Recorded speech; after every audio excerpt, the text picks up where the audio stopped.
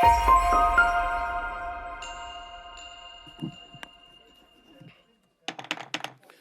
morning. The Committee on Elementary and Secondary Education will come to order. Please call the roll. Chairman Basie. Present. Vice Chairman Hafner. Here. Representatives Brown. Here. Baker. Here. Bangert. Here. Black. Cristofanelli. DeGroat. Dogan. Fischel. Grier. Hicks. Yes, I made copies. Mackey. Nurnberg. Yes, sir, from here. Patterson. Yes. All here, correct. Pollitt. Sharp. Stacy. Terry. Tosenreich. 17 members present. We have a quorum. And we'll begin with going into executive session. And I move that House Bill 1903 be voted do pass. Any discussion?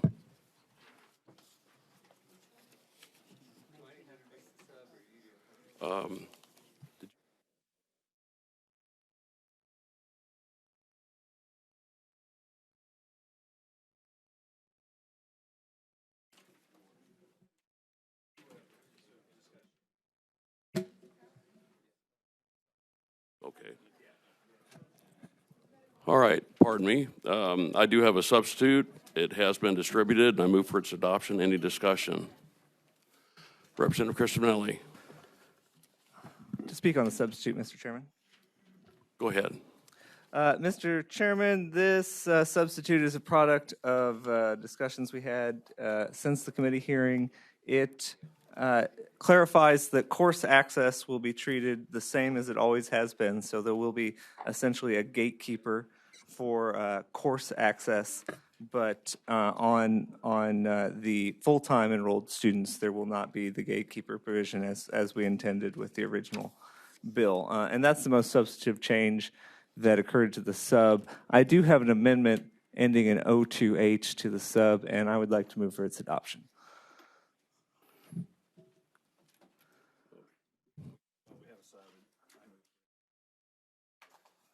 Okay, the gentleman has moved or offered House Committee Amendment number 1. You want to explain what that is? Thank you, Mr. Chairman. This amendment is just clarifying language as it relates to how the virtual education providers shall be paid, and it says that they'll be paid only out of the state funding that is provided to their district. So they can pull from that pool of state dollars, and they don't have to use their local dollars. So if there's any questions about that, happy to entertain those. Otherwise, I move for its adoption. Any discussion, questions? Seeing none, all those in favor of adopting House Committee Amendment number 1 signify by saying aye. Aye. Opposed, say no. And the ayes have it.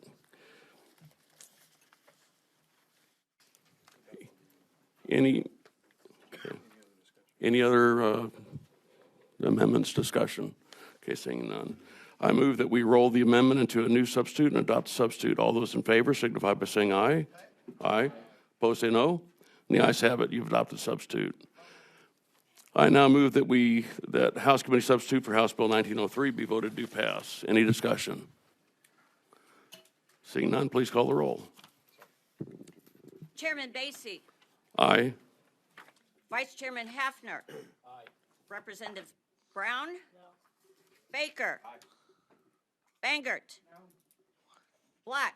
Yep. Sorry, yes? Yes. All right, thank you. Cristofanelli. Aye. DeGroat. Yes. Dogan. Aye. Fischel. Aye. Grier. Aye. Hicks. Mackey. No. Nurnberg. No. Patterson. Aye. Pollitt. Aye. Sharp. No. Thank you. Stacy. Terry. Tosenreich.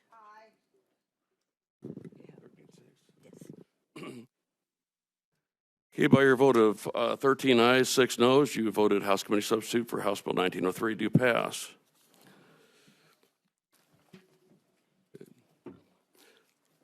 I now move that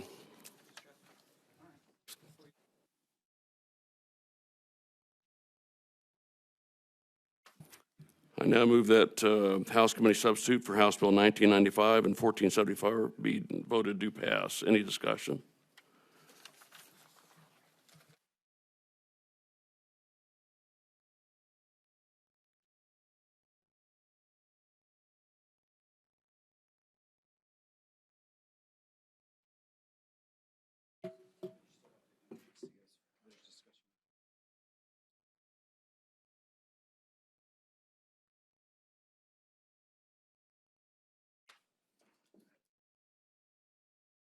Okay, I do have a substitute that has been distributed, and I move for its adoption. Any discussion? Representative Dernburn. Thank you, Mr. Chair. Mr. Chair, would you walk us through the substitute? My understanding is that there are some significant changes. If you could lead us through those. Okay, yeah, I'd be glad to, but I think the person that could be doing a much better job would be Representative Ritchie.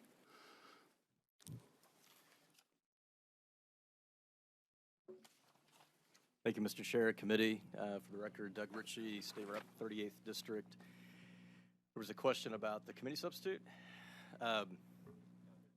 It's on. I'm hearing myself. You may not be.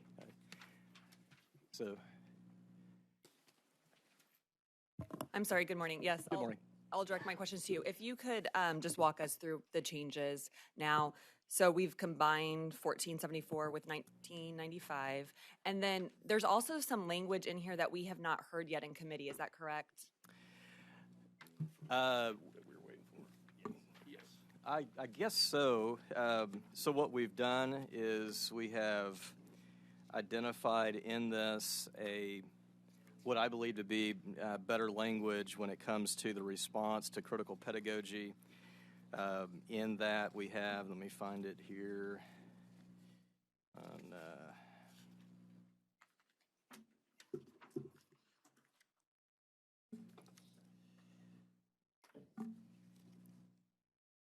My apologies. There's a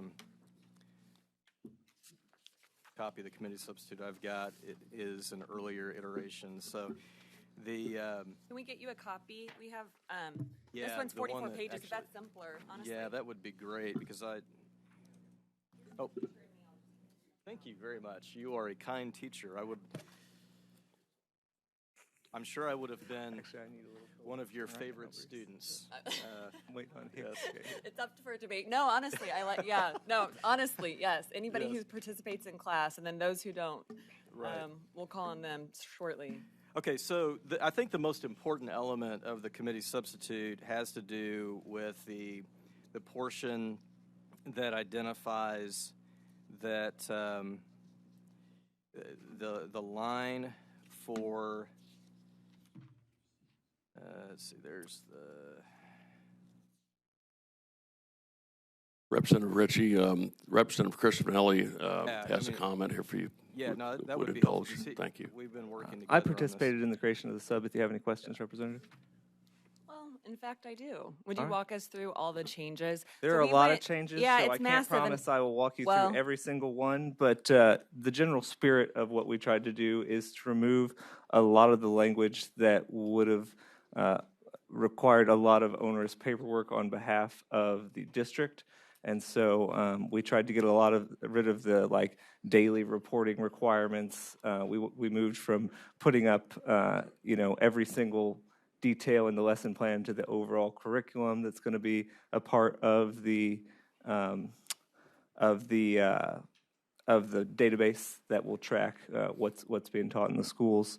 As it relates to critical race theory, the critical race theory provision most closely represents Representative Dogan's bill, and what it does is it tries to make clear that we want to avoid requiring or forcing any student or teacher to advocate for or affirm any types of concepts that would be in violation of the Federal Civil Rights Act. And so you perhaps recall that committee hearing that we discussed. There's also in here an accountability bill from the Senate, and I believe also our vice chairman of this committee has a similar version. But here in a moment. Sorry to jump in. Yeah, and that's the accountability piece. Would you walk me through, what page is that on? I could save us all some time and say that I have an amendment here that's going to remove that. Wonderful. So, well, don't get too excited. You'll see it again. Yeah, I'm going to remove that. So we could go through it, but it's coming out. Okay, so we have the collective guilt. Is that the same verbiage Collective that's guilt. I don't believe collective. Well, let's That see was here. Representative Dogan, and maybe he can speak to that. I don't know if collective guilt is in here, but maybe. Let's see. So it's the 40. On page 42. My apologies. I was actually, it was, the portion I was trying to find was on page 42. So, I know, yes, yeah. and that's obviously Yeah. we're looking at a 44-page committee substitute here, and some of this stuff we haven't seen yet. So Yeah, so collective guilt is on line 20 on page 42. okay, So that's part of the definition of what it means to cross the line of the spirit of the Civil Rights Act that's identified at line 10. No school or school employee shall compel a teacher or student to adopt, affirm, adhere to, so on and so forth, the Civil Rights Act. And then at line 19, that individuals by virtue of their race, ethnicity, color, national origin bear collective guilt or are inherently responsible. okay. So I'm not sure who I'm addressing, or just kind of both. Everybody's kind of tag teaming this, which is fine. But my continued concern about this was not what was obviously just those initial conversations of what this would or would not do to education in the classroom, what teachers can teach, what they can't teach. Is the portal piece still on here where everything has to be loaded ahead of time to the portal? So everything does not have to be loaded ahead of time to the portal. I could believe still it's use a Super Bowl commercial from last weekend in my class to yes, discuss something. yes, Okay. you could. So it's not everything. It's really just the curriculum and financial data that has to be uploaded to the portal. And Curriculum. So source materials are okay that are separate from the curriculum, just the overall curriculum, like we don't have anything in here about source materials or That's been removed. like the minutia. I made my best effort to remove the minor details from the reporting requirements. And so it should just be the high-level summaries of what is going to be taught in Okay. the class. And it's not something that goes up like every week. I think we brought it to like every once a semester or something. Okay, and then just, because I do want to keep this quick, I know we have a lot to do today. The portal, what is the fiscal note associated with that? Is it still called the accountability portal with DESE? And what's that fiscal note, and how many new FTEs would be required to run that portal? I don't have the fiscal note in front of me, so I can't answer that one. That's why I was curious if it has changed or if that is the same spirit as before, because that was a pretty high fiscal note, correct? The committee substitute hasn't been adopted, so I don't have a fiscal note on it until the committee passes it. Would you share what the original fiscal note was with yours for the accountability portal? I was thinking it was millions, and maybe.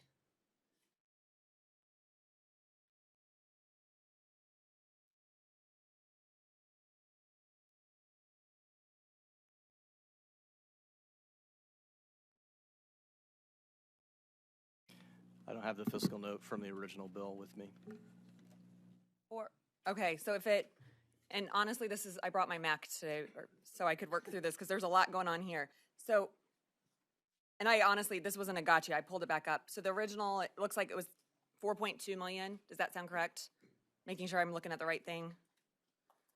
So one of the things that, and this is all new stuff that we really didn't talk about last time. I mean, this is a significant, when you talk about bureaucracy, this is adding a pretty large new level of bureaucracy that we just need to acknowledge here today. So it's 4.2. I don't know what the FTE was, but, it's going to take quite a bit do we stand at 514 or 517 school districts? Something, well over 500 school districts. That's a pretty big piece, right? So each LEA is responsible for putting everything from pre-K to 12, or does it start with K, kindergarten through 12? It's K through 12, as I understand it currently. If But we wanna like an add LEA that people, has a so. preschool pre-K program might need to upload their stuff too.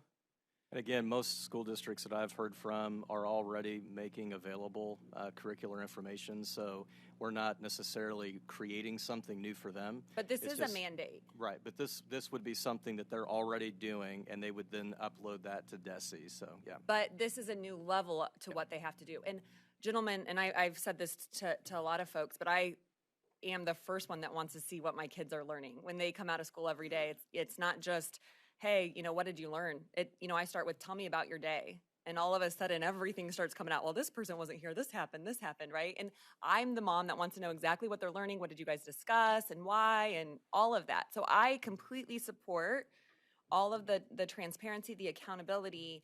But my fear is that we're going to distract from what's actually happening in the classroom because there's this new level of bureaucracy. And so anyway, so I'm going to keep it at that. Obviously, I've shared those concerns before, but wanted to know about the portal piece. And then my last question, and then I'll stop for that with this one, Mr. Chair, is the penalty provisions. Would you speak to those and how they've changed? Actually, no, there's the penalty provisions, but then we actually haven't heard our vice chair's language this year either. So that was the other two pieces that I've seen in here. What are the penalty provisions? How much can you get fined or sued or? Are you inquiring of me now, Representative? Sure. What was your question? The penalty provisions now in the committee substitute? I would have to look at I don't believe we changed the penalty provisions. I think there's just so these are the penalty provisions from Representative Ritchie's bill? Okay, so as I understand it, there's just a cause of action that can be brought to enforce the provisions of this section. I don't know that there's any form fines of, in here? I imagine there could be a fine, but because some of the fines were like $1,000 to $5,000. It was pretty big. $10,000. Sure, yeah. And I'd have to look. I'm not sure if the fines were changed or not. Okay. Last question. I haven't heard the accountability piece, I think we're calling it, where school or LEAs, like every LEA has to fall into this tier. So I don't know if somebody could speak to that because we have not heard that language this year. Yeah, like I said, I'm about to remove it with an amendment. Oh yeah, so we could, I'm sorry. We could litigate I'm going to leave that one there. Okay, well, here's my pretty overarching concern. There's a lot in here that we still haven't vetted. I know this is part of the committee process, and we'll see, if we see this on the floor, but I'm pretty concerned that we don't have some basic answers, like what are, to actually be able to walk through, what are the penalty provisions? What are we doing here today? What is the fiscal note? When we're passing a massive piece of legislation, we don't have basic answers. I have grave concerns about those. So I'll rest that. Thank you. Thank you, Mr. Chair. Representative Crispinelli. I have an amendment ending in 05H, and I move for its adoption. Okay, the Representative Crispinelli has moved for the adoption of House Committee Amendment Number 1. Go ahead. Sorry. This amendment goes through and removes all the accountability bill that was introduced in the committee sub because that bill, I think, is going to be receiving a hearing here in education soon. So we want to get that heard before we amended it to this bill here. So if there are no questions, I renew my motion. And you're referring to Representative Hafner's? Yes, I believe the representative has a version. I think this version was based off of Senator Onder's bill from the Senate side. Okay, thank you. Any discussion? Seeing none, all those in favor of adopting House Committee Amendment Number 1, say aye. Aye. Opposed, say no. And the ayes have it. Any other discussion? Representative Dogan.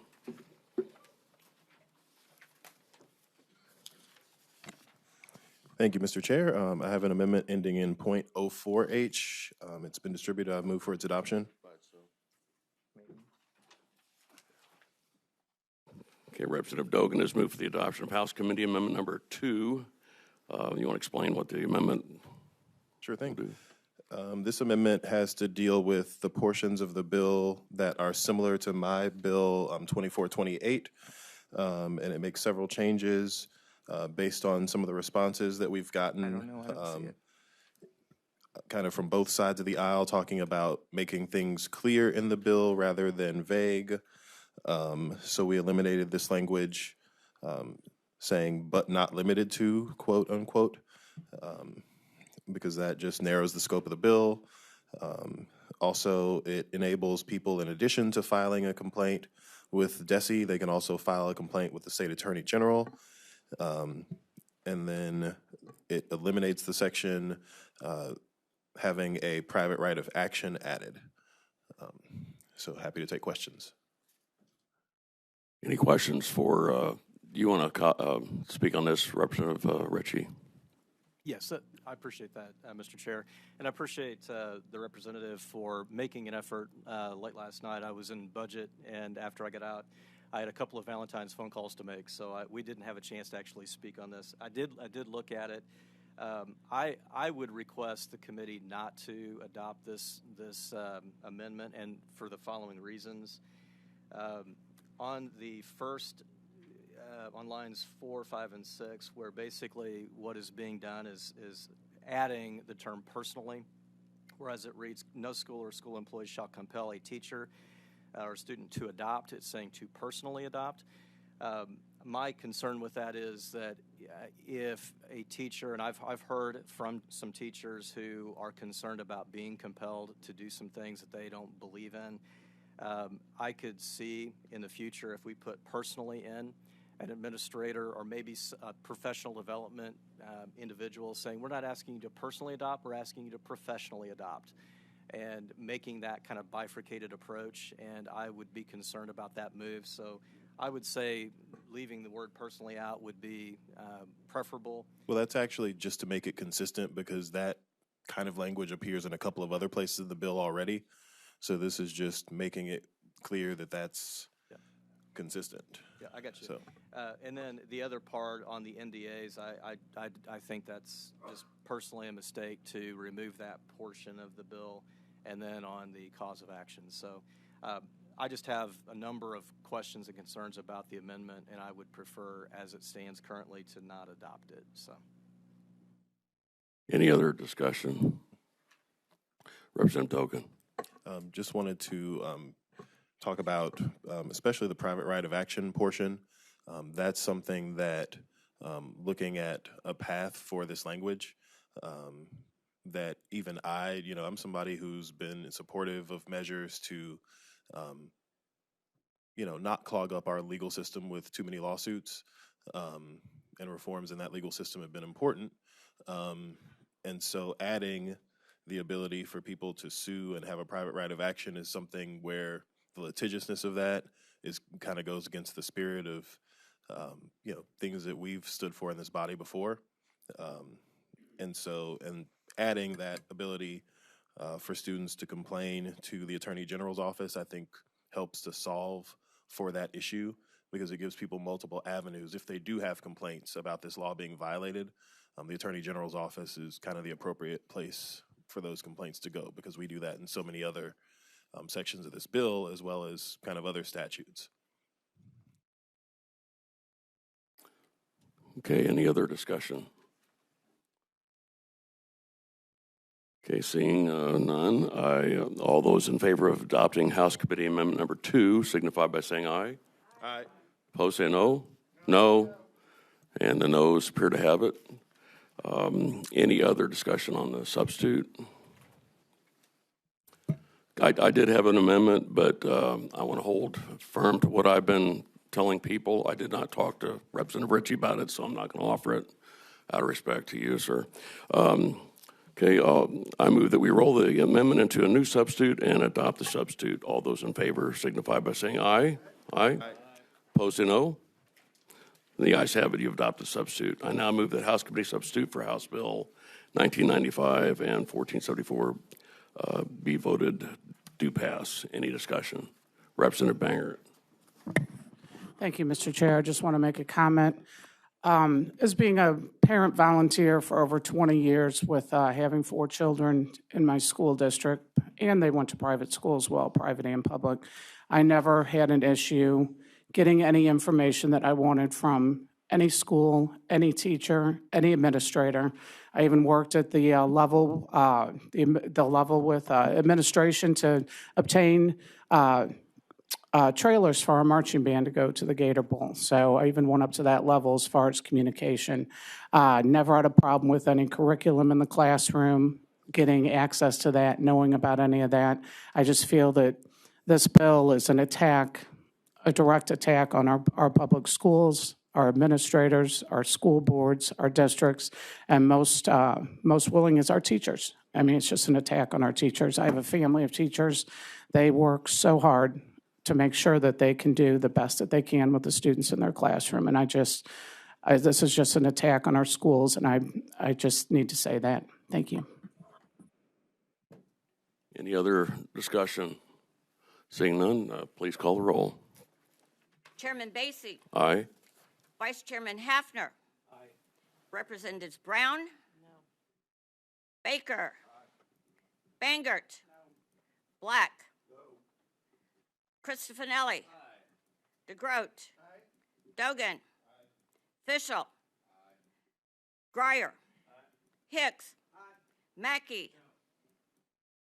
No. Nurnberg. No. Patterson. Aye. Pollitt. No. Sharp. No. Stacy. Aye. Terry. No. Tolson Reich.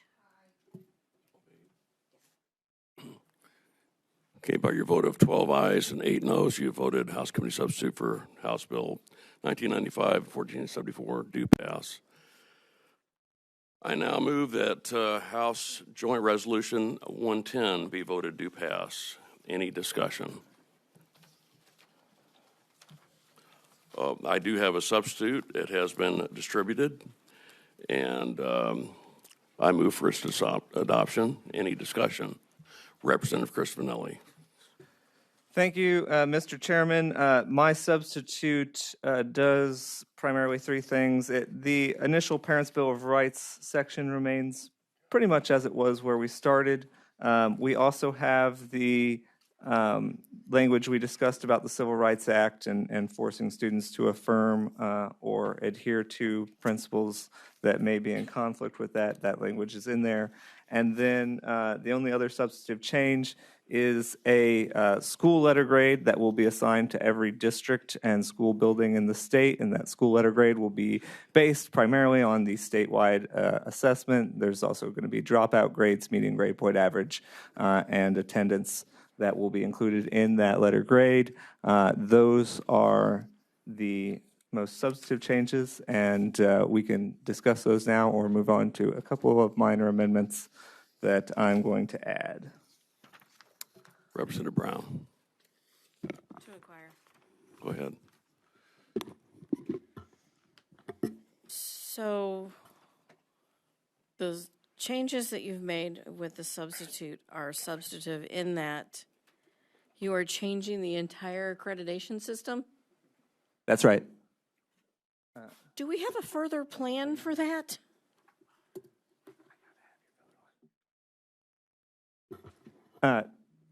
Do we have a further plan for that? Yeah, do we have it all lined out and how that's going to look and how that's going to operate and It's what a- the cost of that's going It's to a be? two-page bill, Representative.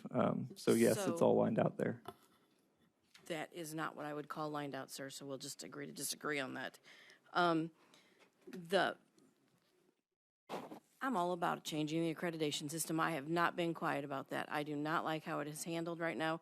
I don't think it's appropriate. But assigning letter grades, I mean, changing the entire system in a two-page bill, I can't even say how ridiculous I find that, and I apologize. Respectfully, Representative, we are very early in the legislative process. This is a committee bill. As you're aware, it has to go to the Rules Committee, the floor of the House. It has to go through a Senate filibuster. It has to be then go to the ballot and be vetted by the people of the state of Missouri to go in our state constitution.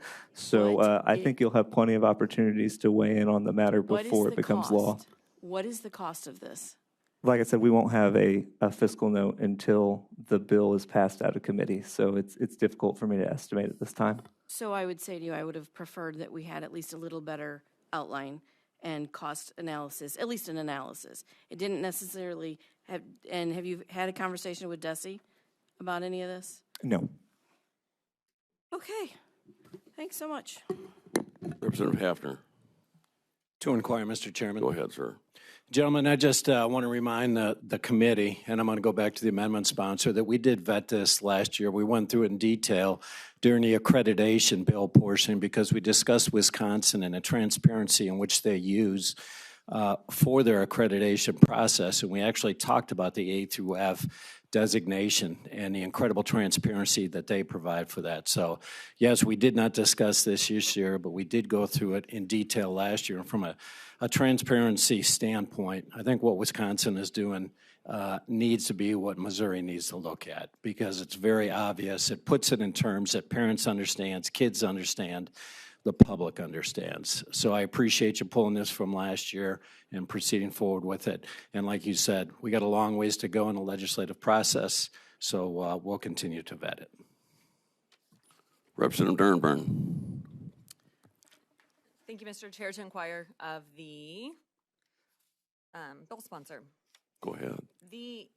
Okay, so this is, again, something new we're seeing for the first time in a committee substitute. We haven't had a hearing on it. That's right. Just to see throw everything out there to see what sticks is kind of what you said, right? No, I don't believe I said that. Well, but why here? Why do you have a separate bill with this in it? Could you explain to me procedurally how I could introduce this language to my bill without adding it here? Okay, so my question is, do you have a separate bill with this language? I do not. Okay, where did this language come from? I wrote it. Is there another state that has this, a grade point system? There are other states that have letter grades for schools. I couldn't list you all of the states, but it's loosely modeled off of those states. Is this one of the initiatives by some of our outside interests to push for letter grades and reforming the accreditation system? If by outside interest you mean parents and kids that want better schools, I would say yes, that it interest is. in that I keep on hearing every other state is doing this, so why isn't Missouri? What I see, gentlemen, is the Show Me Institute coming out and saying, hey, we need to grade our schools, and this is how we do it. And my question is, how does a letter grade actually help us be better? Because, gentlemen, I jumped through every hoop to get really good grades. I could jump through every hoop and get that 4.0. Does that mean that I was the best student, that I knew everything? No, I just checked the boxes. Sometimes. I'm sincere in saying this. It does not mean we're going to have better quality education. So that's what's frustrating to me.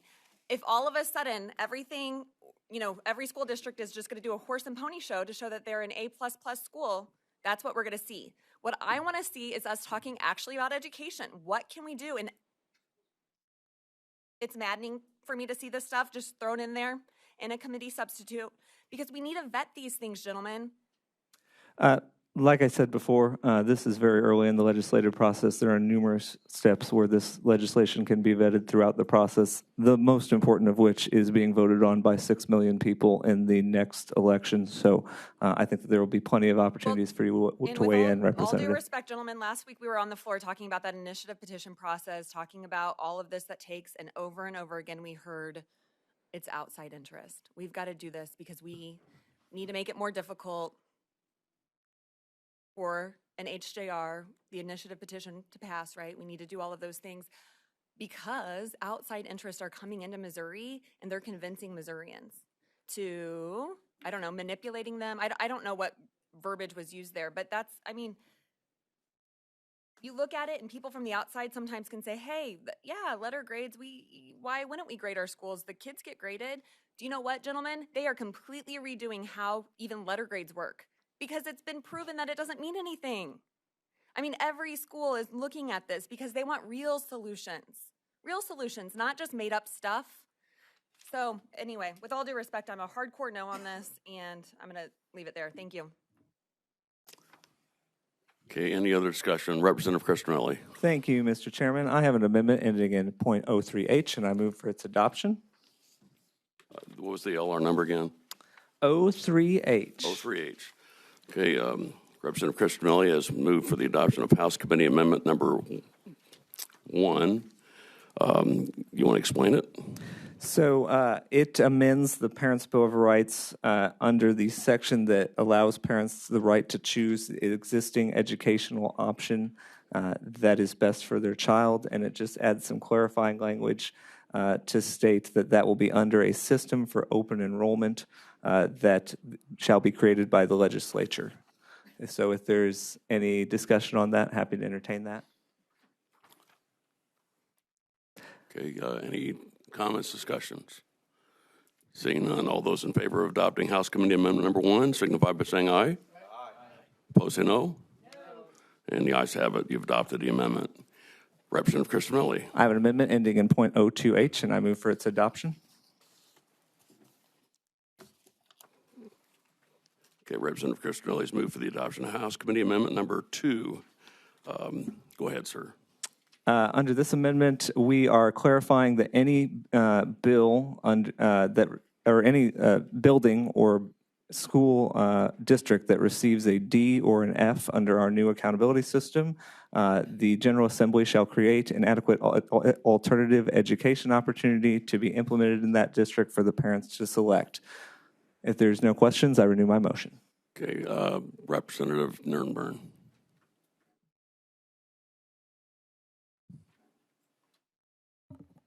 Okay, would you give us a little bit further explanation as to what you're doing here? Sure. There is going to be a new accountability system in the state that awards letter grades Or to school districts. You're proposing a new. Yes, that's what we do here in the legislature, Representative. We propose ideas, and my idea is to have a accountability system that allows for school buildings and school districts to receive a letter grade. If your school building or school district receives a grade or a D or an F, the General Assembly shall be directed to create an adequate alternative education opportunity for the parents to select. What does that mean? Alternative education. What does adequate and equitable education that the No. Constitution requires mean? It's legislation that is entered into the Constitution and will be litigated through time. No, gentlemen, that wasn't my question. What does that mean? What does due process mean? Gentlemen, my question is that it says in your amendment, parents of a child in any such district shall have the right to select such alternative education opportunity. What, in your mind, what would an alternative education opportunity?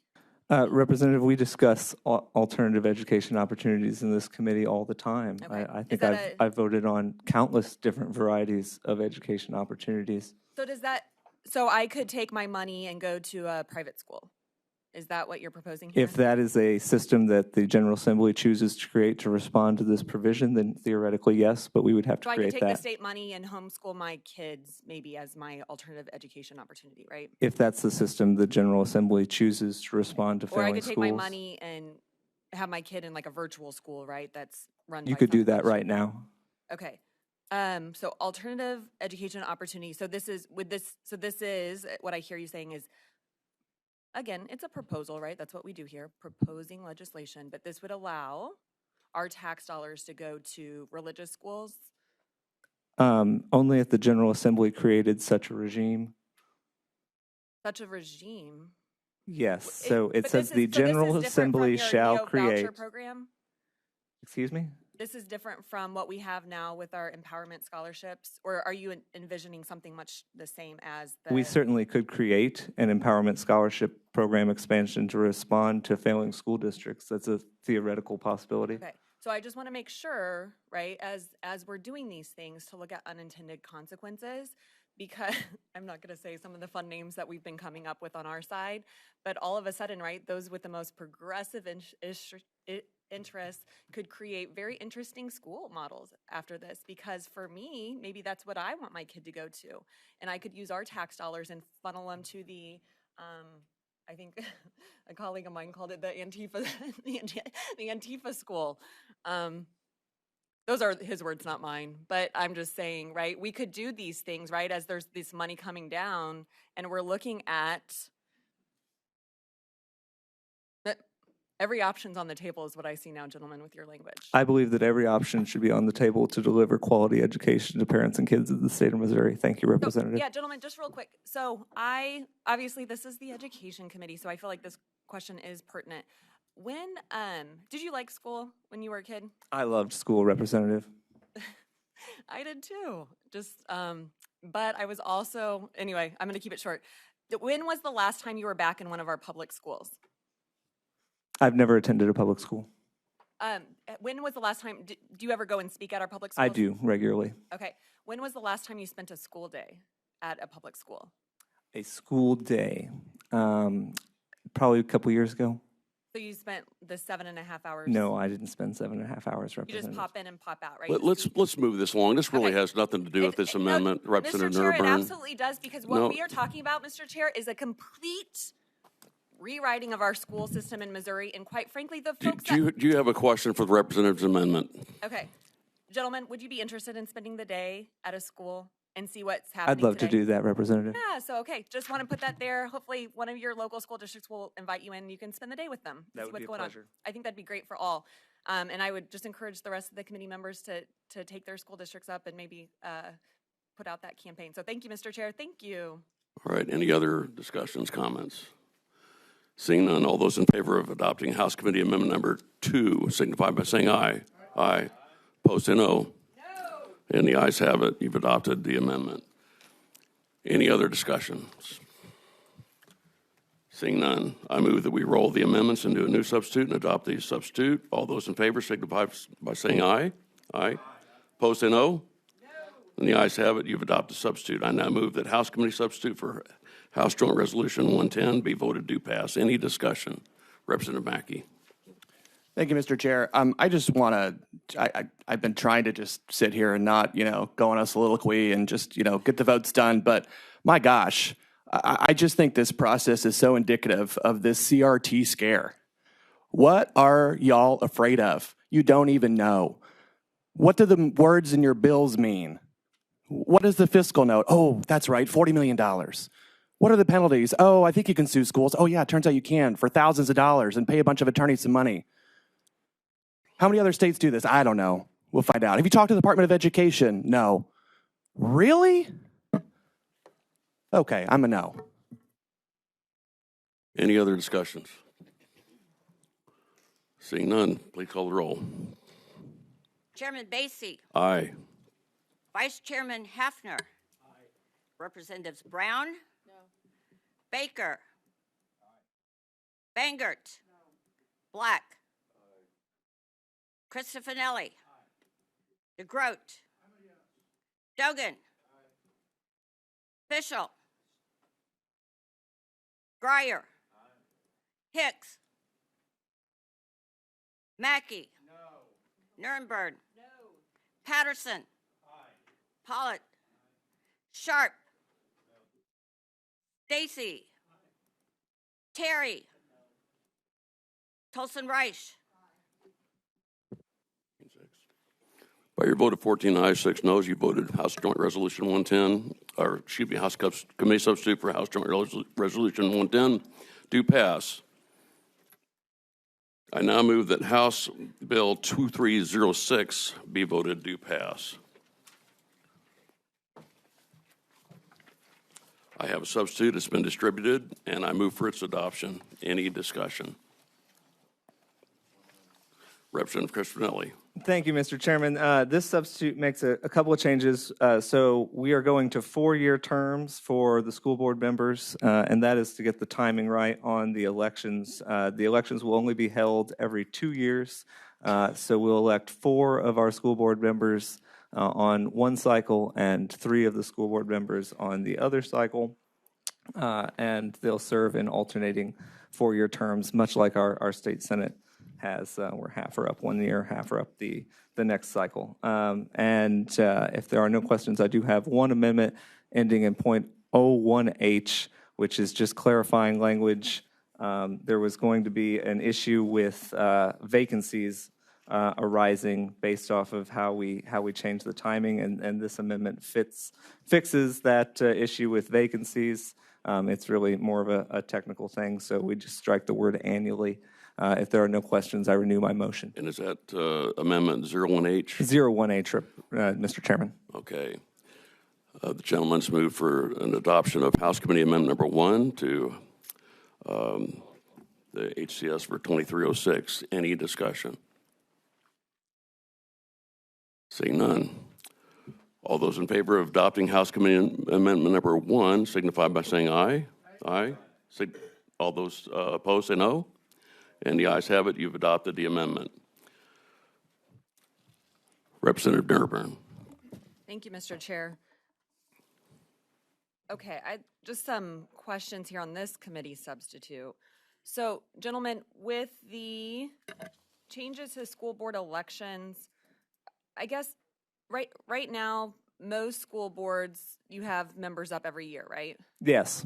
And so why make that change? With this, you wouldn't have You're right, and that's because the goal of this legislation is to encourage high participation in school board races. And if we did it every year, we'd end up with races occurring in November in a year in which there's no general election. And so why- we'd be whoa, right whoa, back whoa. to.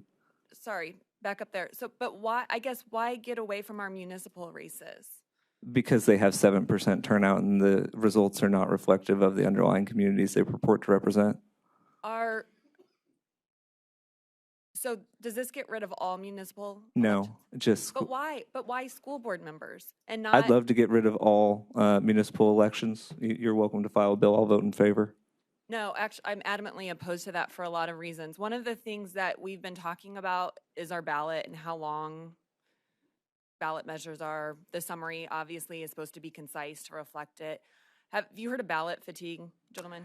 Yes, it's an interesting point, Representative. And still, even if half the population that votes in November didn't fill out their entire ballot, we'd still have 3 times as many as are willing to participate in April. So I'd suggest that the real ballot fatigue occurs in the spring. So, gentlemen, one of the things I like a lot is that all politics is local. Would you be willing to have this? Can we change how our ballots are structured so our school board members come before the president? Sure. Okay. As well as, I don't know, maybe it's a vote on the water board, or maybe it's a vote on the fire protection, maybe it's a vote on, right? Those things are important. And so maybe those need to come first, and stuff like president, Senate, or Congress, maybe those should come last. Would that be something you'd? I always think DC should come last, Representative. Well, what about, are these partisan now? So our school board members, say if they're a Democrat or Republican? Not in my bill. Okay, so they're nonpartisan, but moved to the general election. That's right. Okay, and is there anything else I'm missing here? Any changes? Nope, this one's pretty straightforward. Straightforward. Okay, have you served on the school board, gentlemen? I'd love to, Do you but go I to- have not. You go to your school board meetings, though? I've been to a number of them, yes. Yeah. Do you tune in regularly to your? Do I tune in? I tune into a number of things, Representative. Well, I tell you what, there's great things happening, and that's such a tremendous commitment. I don't know if there's any other commitment that is a voluntary, unpaid position like a school board. I mean, I remember there's folks that there's some weeks that school board members work 40 hours a week, unpaid, right? So is this going to increase participation in school boards or decrease? Your goal It's is going to increase voter participation for voter sure. participation. Yeah. Okay, but now are you aware of other states? I don't know, honestly. Yes, there are other states that elect in November. Okay, can you share which states? I can't go through them all. No, I can get you a map. But there's a lot. Yeah, that'd be helpful. There's a fair actually. number, actually. Yeah. Because Mhm. again, I think it's great that there's a lot of people concerned with what's happening in schools, that want to get involved in school boards, that want to be part of that process, that want to speak at school boards. What about? Okay, so I'll leave it there. I am pretty concerned, though, gentlemen. There's some places where for school board, there's school board members running unopposed, and I don't care if you are I'm a pretty moderate person, gentlemen. I don't care if you are the farthest to the left, the farthest to the right. I think it is detrimental to the process of crafting good policies when you just have people on one side or the other and not people in the middle who can help go through policy, right? And actually find compromise, common ground, and not just be an echo chamber, okay? And that's what could happen with this type of move to general elections where things like a school board become more partisan that shouldn't be partisan. Gentlemen, in my school district, the people that sometimes I appreciate the most are those who are very fiscally responsible and try to rein things in and make sure that we're creating good spend plans. What could happen in my area, gentlemen, where it's trending more and more blue, is all of a sudden we have folks who are farther on the right, which I think help us craft good policy and good governance for our school district, no longer will run because it's going to be hard for them to win a race. And I think that's really detrimental. So I'm a big no on this one too. Thank you.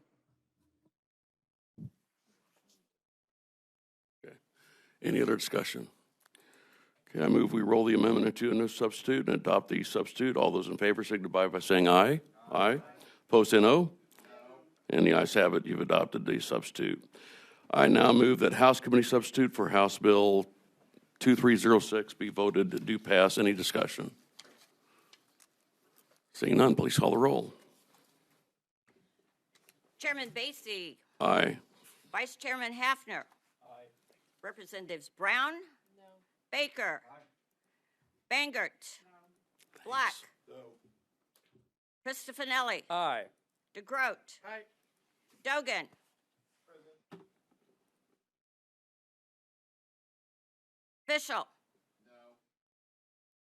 Grier. Aye. Hicks. Mackey. No. Nurnberg. No. Patterson. Aye. Pollitt. No. Sharp. No. Stacy. Aye. Terry. No. Tilson Reich. Aye.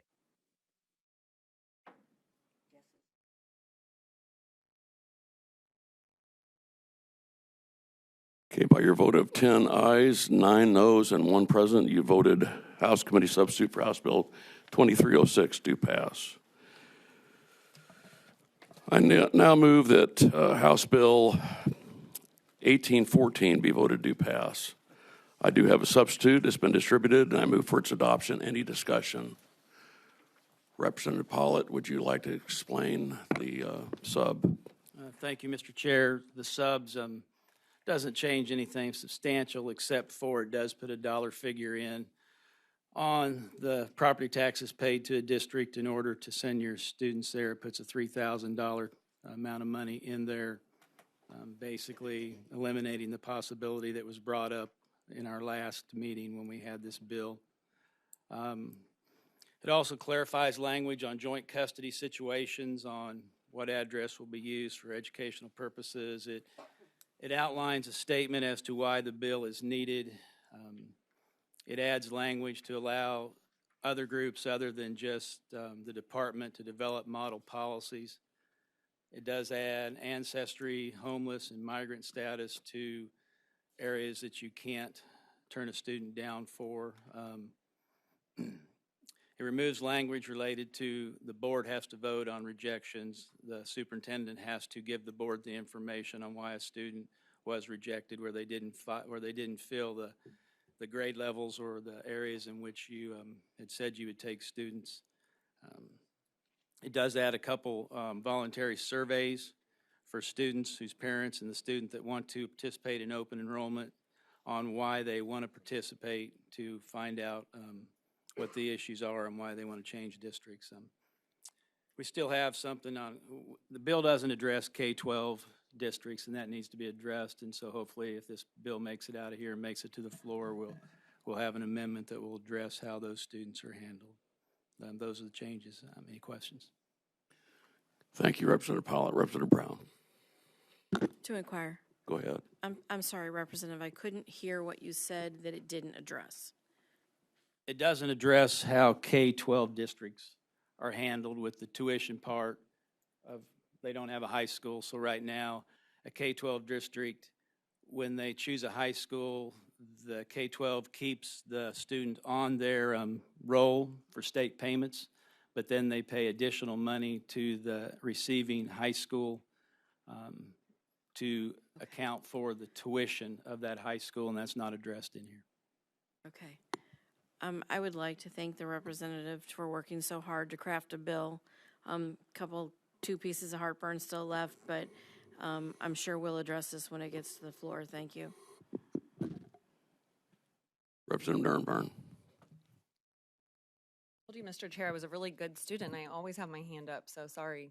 Sorry, not sorry on this one. But with transportation, it's reimbursable, but not, is that correct? Yeah, if a student is accepted for open enrollment and they qualify for free and reduced lunches, then out of the parent fund, the receiving district can pay mileage to the parent to get them to the nearest bus stop within the district or to the school if a bus stop's not available. And then the receiving district will reimburse the parent for that transportation cost, and then the receiving district will go into the parent fund and become whole, so it doesn't cost the receiving district dollars for students to open enroll. Okay, so where, in a couple of the districts where I worked, a lot of the parents didn't have transportation.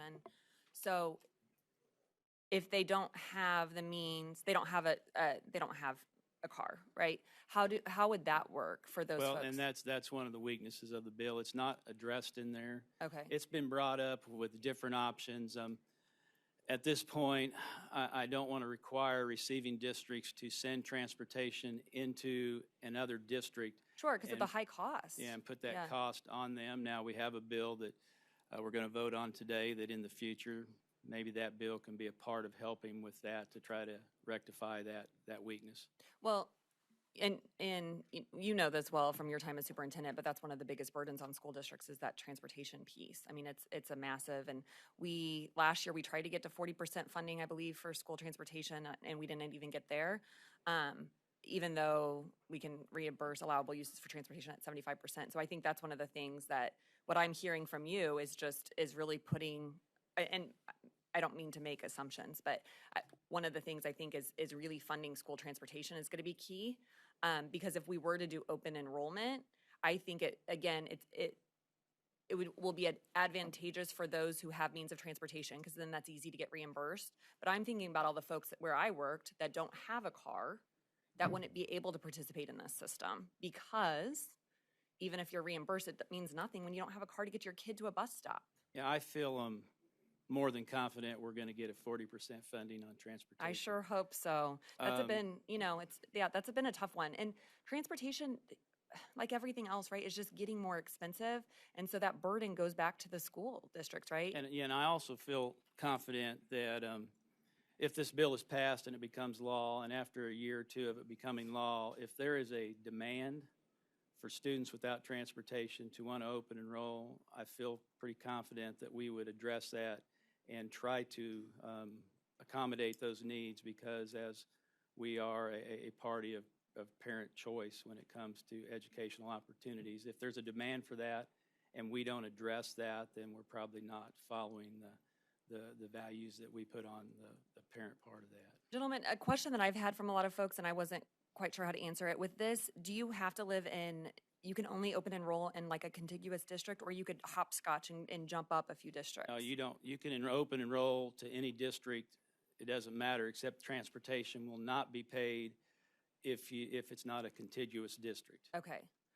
Okay, that's helpful to understand. And then the cap is only at 5% for the first 2 years. Does that still remain in your committee sub? It's in there, the 5% cap, that limit the 5% the first 2 years, and the cap comes off. Oh, and then the cap comes off. Any fear from your area, from your smaller LEAs, of further consolidation? Well, there's always, the words put out there that this is a consolidation bill, and that's what I'm trying to do. That is not what I'm trying to do. Consolidation comes from a number of different things. Sure. I think that because of the changes in our rural dynamics as far as agriculture, I mean, if we really want to stop consolidation, then maybe we should put a limit on how many acres a certain farmer can buy, because a lot of our small farms are being They're bought out. bought up by bigger farms. And where I'm from, when I was in school, we had a bus route that would, and I don't support doing that, by the way. Yeah. We had a bus route that you could do a 20-mile U and pick up 40 kids, and today you do that 20-mile U, you probably pick up 10 kids maybe.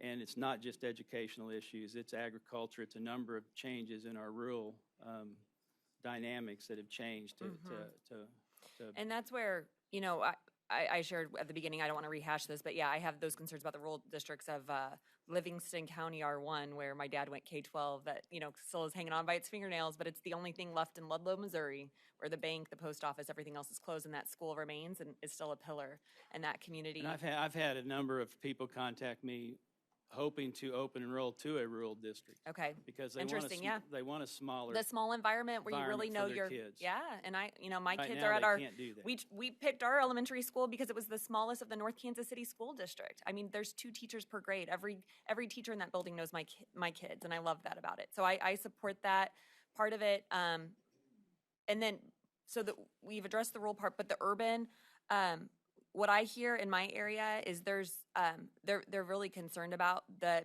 pitting school districts against each other, when sometimes we have school districts, you could have in the really densely populated areas, there's areas where we could have 20 LEAs in less than 20 square miles. And so that there's a real fear where right now there's been that spirit of collaboration and realizing if one school district is doing something, the other one should too, because that helps each other. And so it's been a positive peer pressure to work together, to collaborate. There's been some awesome legislation like from Representative Shields from sharing superintendents in a rural school district, but there's been some other stuff on the other side. What can we do to share resources so that we're not draining, right? We're only putting so much in from general revenue into our state education. What can we do to stop draining all the resources out from everybody? Sharing cafeteria services, sharing transportation, right? Yeah, Those are to good answer things. your question on, that becomes a local decision, whether you want to use any of your resources to advertise for your school. I believe competition's good. I believe part of what's hurt our country is that we've become a country that maybe isn't quite in depth on competition, and we give awards for not competing and not being successful because we participate. And, I think that schools can compete against the number one thing in schools, sports, and that's competition. And they love to compete. Yep. And, we'll compete here, but not here. And I think that's a local decision on whether you're going to use your resources to do that or not. And working with your local. But still, that state adequacy target follows the student with this, right? And so State money, but the local money stays with the district. Well, yeah, of course, because it's the local money. I mean, I think that makes sense. But again, when we are the last in the nation in terms of what general revenue goes into education, we're the last in the nation with teacher pay. A lot of school districts could see this as an opportunity to say, like, okay, it's going to be time. We have some open capacity and we're going to let students in, where those other ones that have been struggling, and we haven't talked about them, but man, you close a neighborhood school in the urban core, what happens to that neighborhood around it? I understand that. I mean, but those are the things where I saw this. I think what I'm looking at is education of students, Okay. not community building. I'm just looking at education Yes, of students. And I know, but it's all of it, right? It is all of it. Okay. Well, appreciate you walking us through that transportation piece. Hopefully we can get that on the back end. And then I would just really like to see if this gets to the floor that we go back with that cap, because I hope that school districts, if students are leaving, that they would be able to step up and up their game, if you will, be more competitive. But in 2 years, it takes a while to create that systematic change underneath. And I'm afraid you can't do that quite in 2 years. So that's what I would like to see change if this were to move forward. Okay, thank you. Thank you, Mr. Chair. Any other questions for representative or comments? Seeing none, all those in favor of adopting the substitute signify by saying aye. Aye. Opposed, say no. And the ayes have it, you've adopted the substitute. I now move that House Committee substitute for House Bill 1814 be voted do pass. Any discussion? Seeing none, please call the roll. Chairman Basie. Aye. Vice Chairman Hafner. Aye. Representatives Brown. Present. Baker. Aye. Bangert. Present. Black. Aye. Cristofanelli. Aye. DeGroat. Dogan. Aye. Fischel. Aye. Grier. Aye. Hicks. Mackey. Aye. Nurnberg. No. Patterson. Aye.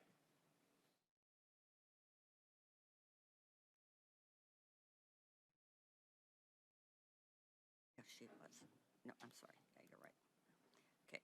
Patterson. I'm sorry. Yes? Aye. Okay. Pollitt. Aye. Sharp. Stacy. Aye. Terry. Tolson Reich. Aye. That's 15. Wait just a minute, because you have a present. You have two present.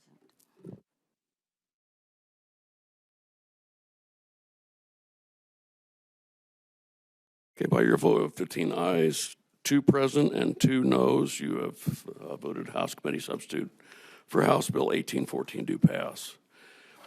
I now move that House Bill 2359 be voted do pass. Any discussion? Seeing none, please call the roll.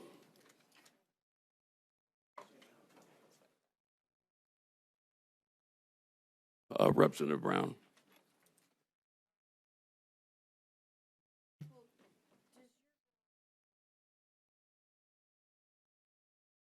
This is the accountability bill. I don't, no.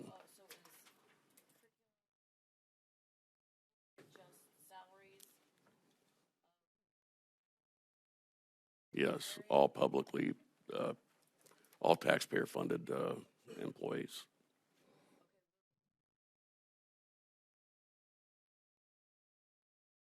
I believe that's in there. Oops. Okay, go ahead. Is that I'm worried that more personal information, like garnishments and extra money that's taken out or things like that, would be put on there. I'm just a little concerned I about don't that. think that's the intention. I know You it's- know, our salaries are in the Missouri Accountability Portal. Right. So, but I don't think any of that's in there. I mean, It isn't, but I'm worried that somehow that could be included in some areas. I just wouldn't want people's personal well, things to we be out can there. certainly look into an amendment Okay. if it makes it to the floor. All right, thank you. Representative Nurburn. Thank you, Mr. Chair. With the accountability portal, and do we have a new fiscal note for this to enhance it, enhance the IT security surrounding it? I just see the 64,000, or 77, 64, 64. There's that the fiscal note is what you're looking at, right? Okay. And then again, I was one of those many, many teachers in the state that received the letter from DESE that my information was essentially readily accessible. I went through to kind of understand how and was able to find out just with some clicks, right? You could find my social security number. You could find my, probably, I don't know, my praxis, all those type of things that you have to do for certification, right? All my information was there. So here with yours, right, you would be able to find out my salary, my stipends for coaching, for whatever extra duties I do. Developing curriculum was one thing I really like to do, and I got paid for that sometimes. Right. A lot of this is already available. Okay. But yeah, I mean, But site. again, if you can now search that and find out, okay, right, I think one of the things that I've heard is kind of mad that superintendents make a lot of money, or some of the district administration, or we have teachers that can make six figures. Is that, I guess, getting to the why of this, being able to see that, right? Like compare superintendent salaries is a goal of this, right? And many of them are available now, but there's It's hard to navigate sometimes. Excuse me? I said it's hard to navigate sometimes. Yes. Okay. Yeah. Okay. So I understand the spirit of wanting just to see, right? We are paid with tax dollars and wanting to be able to see that. I think that's a great thing. Because, sometimes I think it's helpful, even to balance out the hours and figure out what they work, right? Like superintendents working at 4 a.m. to see road conditions, or to fill in for the night janitor who didn't make it, or figuring out staffing things. So I think that's helpful to see what they're paid, and that they're paid something that is comparable to the private sector, because that's so important with that market competition. But my concern is that we don't have proper security, IT security, when it comes to this. So I think that we would have to have an enhancement of our system. And I don't know if DESE could handle that right now. Well, that's I think a whole nother discussion, and I can relate to that because I work for the federal government, and my information was compromised. And when I retired, it was compromised again through the Office of Personnel Management. Yep. So I'm being offered credit monitoring services Yes. with our tax dollars. Yep, I am too. And which, I appreciate, because I want to know if somebody's opening a bank account in my name, right? So anyway, those were my concerns. Thank you, Mr. Chair. All right. Any other discussion? Representative Brown. One more question, I apologize. Does this include charter schools? Hold on a second. I had to. And I apologize, I'm swimming in paper here.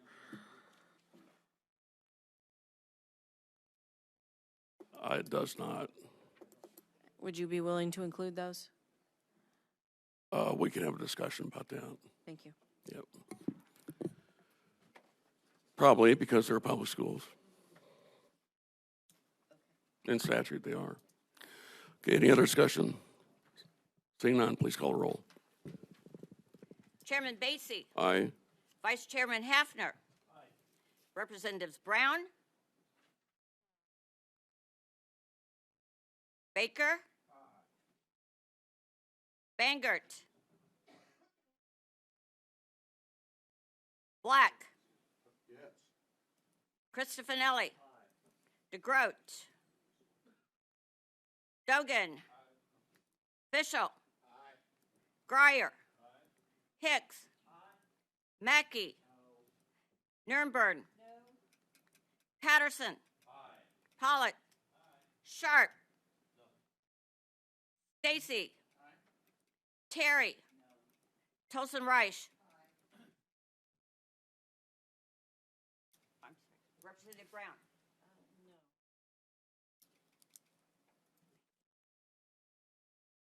14-5. Okay.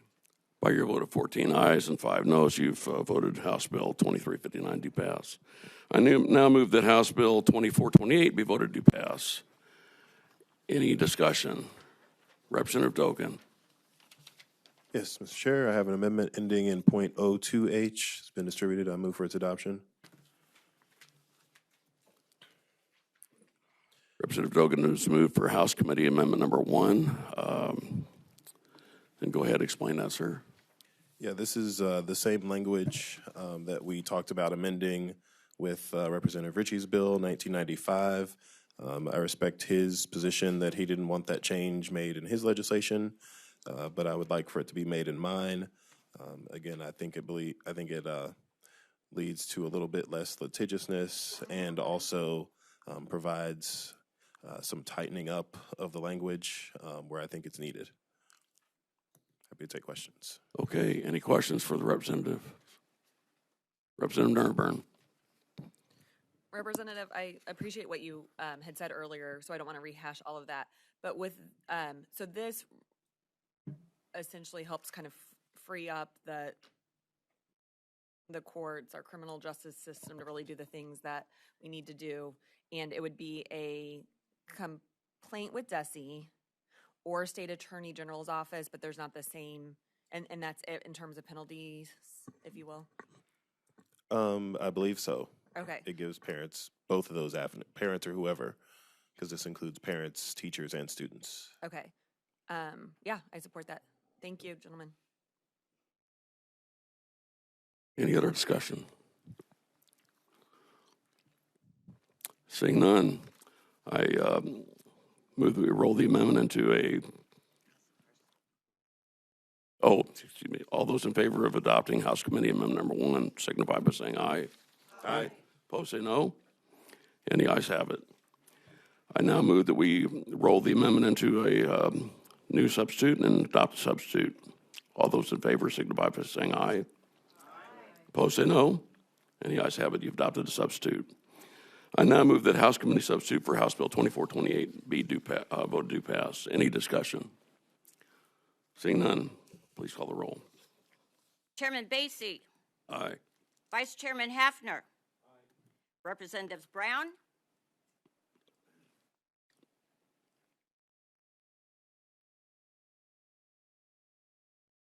Baker. Bangert. Black. Cristofanelli. DeGroat. Dogan. Fischel. Pardon me, just a moment. Okay. Fischel. Aye. Yes. Okay. Thank you. Hicks. Mackey.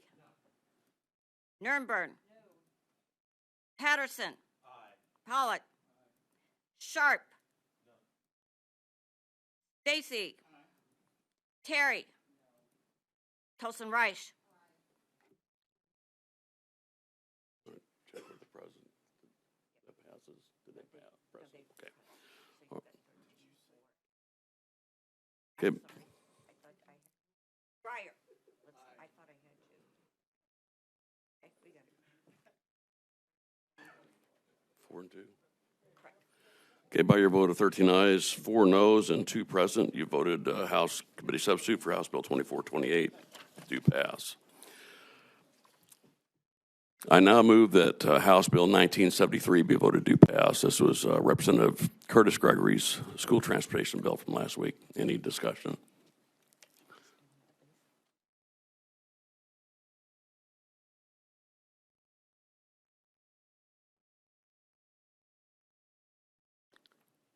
Bear with us, technical difficulties. Okay, please call the roll. Yep.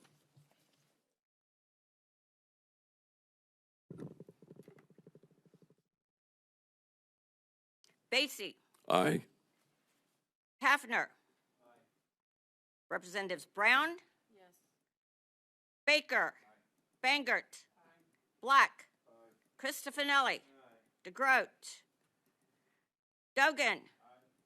Fischel. Grier. Hicks. Mackey. Nurnberg. Patterson. Pollitt. Sharp. Stacy. Terry. Tolson Reich. Your vote of 19 ayes and 0 noes, you voted House Bill 1973 do pass. I now move that House Bill 2095 be voted do pass. Any discussion? Seeing none, please call the roll. Chairman Basie. Aye. Vice Chairman Hafner. Aye. Representatives Brown. Aye. Baker. Aye. Bangert. Aye. Black. Aye. Cristofanelli. Aye. DeGroat. Dogan. Aye. Fischel. Aye. Grier. Aye. Hicks. Aye. Mackey. Aye. Nurnberg. Aye. Patterson. Aye. Pollitt. Aye. Sharp. Aye. Stacy. Terry. Tolson Reich. By your vote of 19 ayes and 0 noes, you voted House Bill 2095 do pass. I now move that House Bill 2010 be voted do pass. Any discussion? Please call the roll.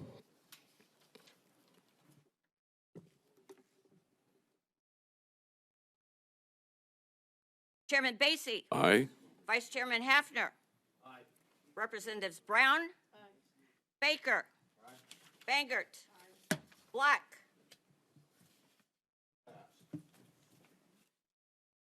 Cristofanelli. Aye. DeGroat. Dogan. Aye. Fischel. Aye. Grier. Aye. Hicks. Aye. Mackey. Aye. Nurnberg. No. Patterson. Aye. Pollitt. Yes. Sharp. Stacy. Terry. Tolson Reich. Black.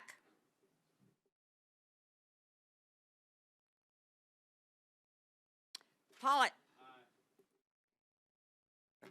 Okay, by your vote of 18 ayes and 1 no, you voted House Bill 2010 do pass. We're going to wait on voting on House Bill 2011 per the sponsor's request. And we will now leave executive session and we'll move to our hearing House Bill, bear with me, Representative Schall's 1908. And just wanted to let all the committee members know that we will be coming back after our morning session into HR 5 and at 1 o'clock. Representative Schall. Thank you, Mr. Chair. Thank you, members of the committee. This might be the most simplest bill you've seen to date in this committee. Yes, it is, and there it went. Basically, this bill says that the school board shall approve the curriculum in a public forum, have a public forum. Parents can come talk about it, share it. School board votes on it. The board is on the record for approving it, and that's pretty much the bill.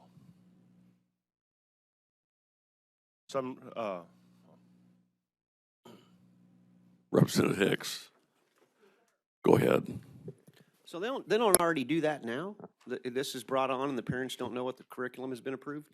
In some school districts, it's a formal approach. Some districts where parents could be on a curriculum approval team or something. This is just to make sure that there is a format to allow parents to have input. It's about transparency. It's some districts are doing it already just to make it consistent throughout the state. All right. Thank you. So this is just for curricula, not lesson plans? Correct. Okay. Because I'm seeing some emails and comments that it would be really hard for teachers to put lesson plans. And just so you know, this has nothing to do with the Pelosi map either, so. All right. Any other questions for the bill sponsor, Representative Brown? Morning. The representative, I had extensive conversations about this yesterday. You are open to working couple little tweaks on this, correct? Sure, as long as it adds transparency to the process and allows parents and board to everybody have the good way about it. It's simple. Would you, please stop saying simple. Would you be willing to have board members on curriculum committees? Sure, if that's what they want, yeah. Okay, thank you. Any other questions for the sponsor? Okay, seeing none. Thank you, Representative Shaw, for your patience. Oh, no. Is there anyone here to testify in favor of House Bill 1908?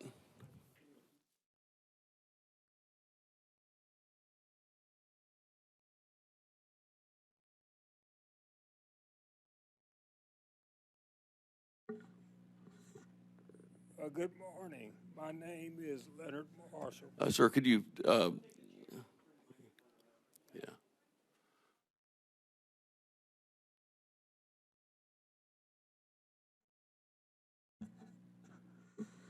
Good morning. My name is Leonard Marshall, and this is a really good opportunity for the community and the parents to get involved in the process in House Bill 1908 curriculum review. Sir, could you face the committee, please? Yes. Yeah, One of the things we have to do is, as parents and community members, we have to look at what is best for our students in the review process. And one of the things we are escaping as legislators, which is you, as constituents, parents, and the community, which are you, is we have to look at it from a standpoint of what is best for all. Our students are receiving a lot of information, but are they receiving the right information? Critical race theory is all over the place. It's in the State House, it's in the courthouse, it's in political circles, it's discussed in the beauty shop, the barber shop, the news anchors, everywhere at the White House. What can we do in the state of Missouri? We have to get something in our curriculum that will edify and build up our children, bring them together rather than push them apart, rather than push the parents out of the picture, parent against parent, community against community, party against party. We need to unite with our students, which means our students are the future. We have to give them instruction and curriculum. It has to be reviewed, something that will build them together rather than take them apart. I come from Kansas City, Missouri. We've had so many issues in our schools this year. It is really ridiculous. Raytown South, Olathe, the Kansas City public schools. Problem after problem. In the news media, giving us a black eye all over. One thing that has been proven in Kansas City, Missouri is Bidenites and Trumpites will unite, hug each other, give each other high fives in Chiefs Kingdom. They come together on that. Why can't we not come together in our schools and give our children curriculum that will build them up? I call what we need to teach our children is brotherhood theory.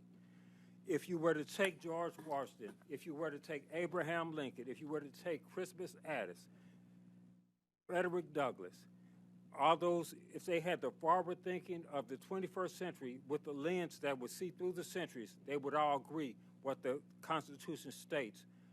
What the Constitution states, all men are created equal. In our schools, in our public schools, when I was a boy, we would recite the Pledge of Allegiance to the flag, one nation, indivisible, with liberty and justice for all. We need to teach our children something that will bring them together. They need to learn what brotherhood is about. George Washington, if he were alive today, he would say brotherhood is the way to go. Abraham Lincoln would say it. Thomas Jefferson would say it. That means everybody, the Native American, the African American, the white. No matter your background, if you're in America, you are an American. You need to have the full rights of an American. You need to come together as one. We need to do that. All right, sir. Could you repeat your last name? We didn't catch that. My last name is Marshall. I gave a brief Okay. statement. We just needed it for the record, so thank you. Any questions for this gentleman? Representative Nuremberg. Good morning, sir. Thank you for joining us today and for your testimony. I just wanted to share a brief comment with you. I was a teacher for 13 years before joining this body, and in statute, it is a requirement that we say the Pledge of Allegiance once per school day. So my last, and this is up through December of 2020, was my last time teaching in the classroom. At the most diverse high school in the state, North Kansas City High School, most diverse racially, ethnically, socioeconomically, we stood every day to start our day with the Pledge of Allegiance. So I just wanted to share that with you.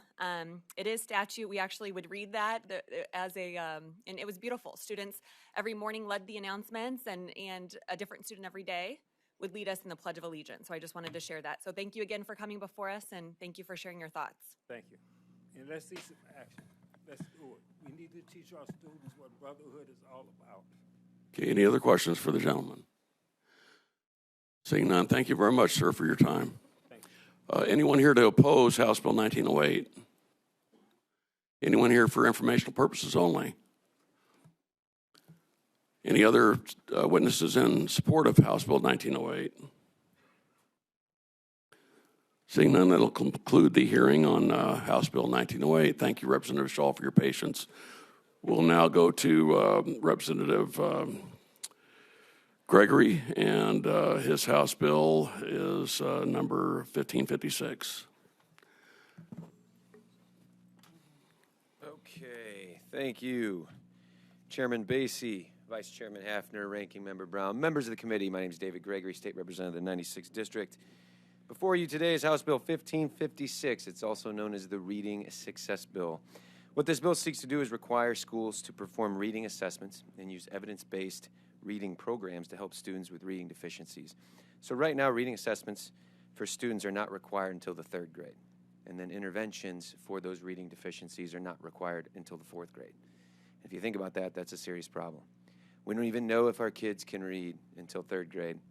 And if they're not reading well, we don't do anything about it until 4th grade.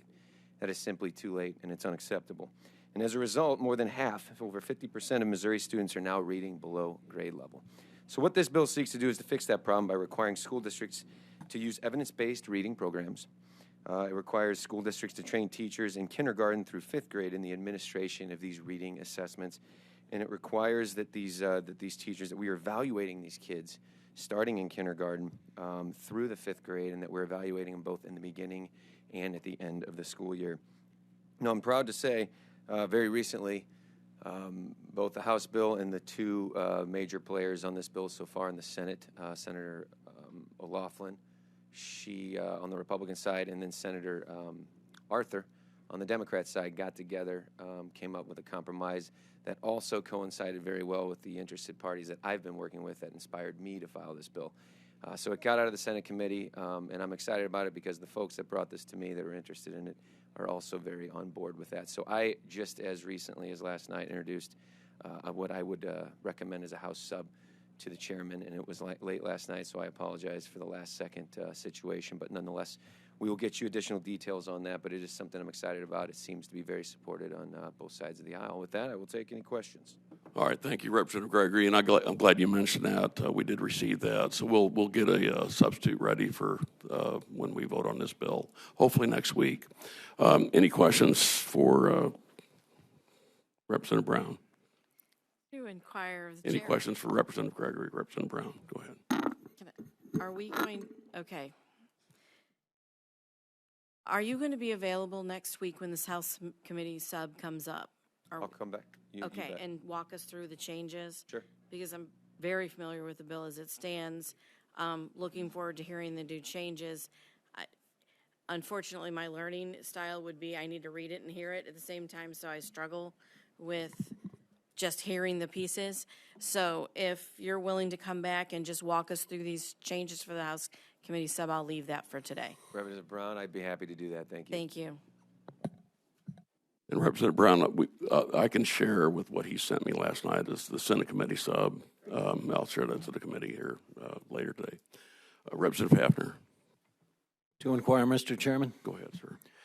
Gentlemen, good morning. Good morning. I appreciate you bringing this forward. You had it last year. We heard a committee hearing on this, and I too am very interested in the changes. And I just want to go through a couple things that we talked about last year, and I'm going to go to current statute, Chapter 170.014, with the Reading Instruction Act that was enacted back in 2002.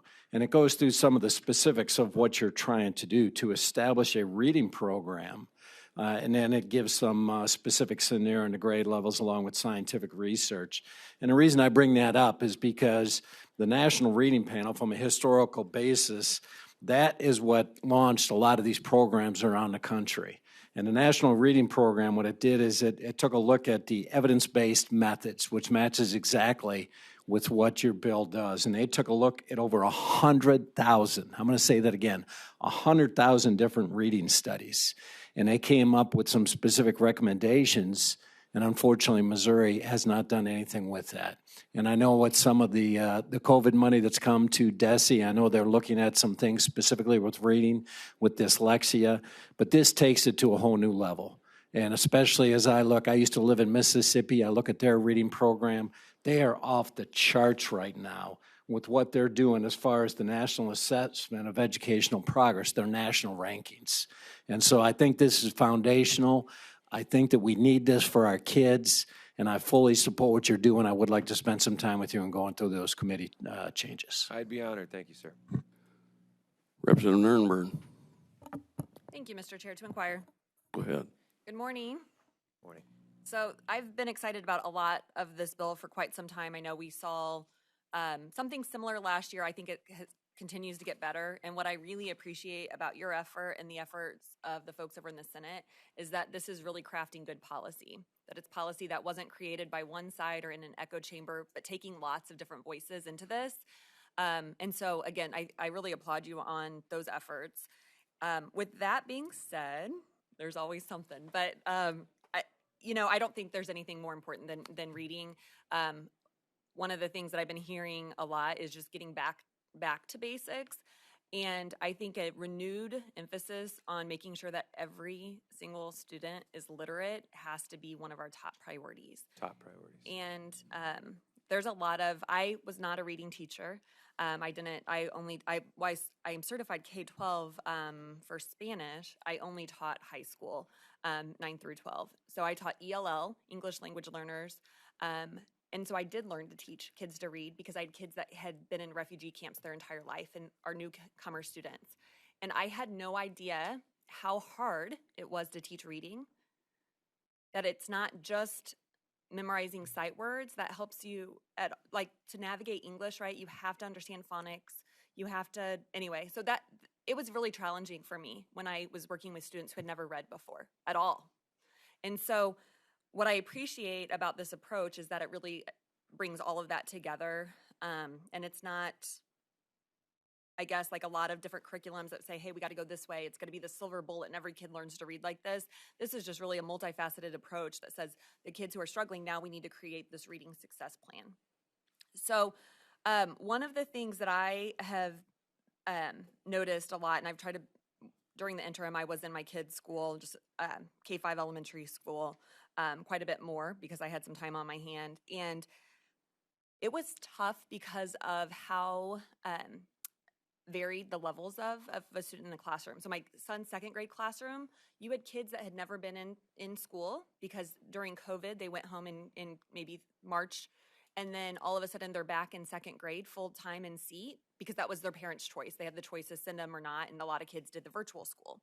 But with that being said, through the virtual school, they weren't holding the books. They weren't using the flashcards. They weren't using all the different phonics tools that teachers use, right? Like in a toolbox, they'd only done reading virtually and it was really hard. And the second grade teachers were saying, man, we've never had so many kids that simply can't read. And I thought, these are second graders. Like they can't read, and, and sure enough, so that's why they need people coming in and helping them in small groups, because a teacher can't do everything. When you have 25 kids, some districts that are with the overcrowding, you could have 30 kiddos in a second grade class. I mean, that is just, I don't care who you are as a superhero, you can't, that's so hard. So this differentiated instruction, I think, is really key, and I see a lot of that here. The reading success plan and creating that within 45 days, again, I see a lot of good things here. Concerns would be making sure that teachers have the time to properly craft those, and that's what I see in this bill, is that making sure that we do have a different approach, that we do have a plan that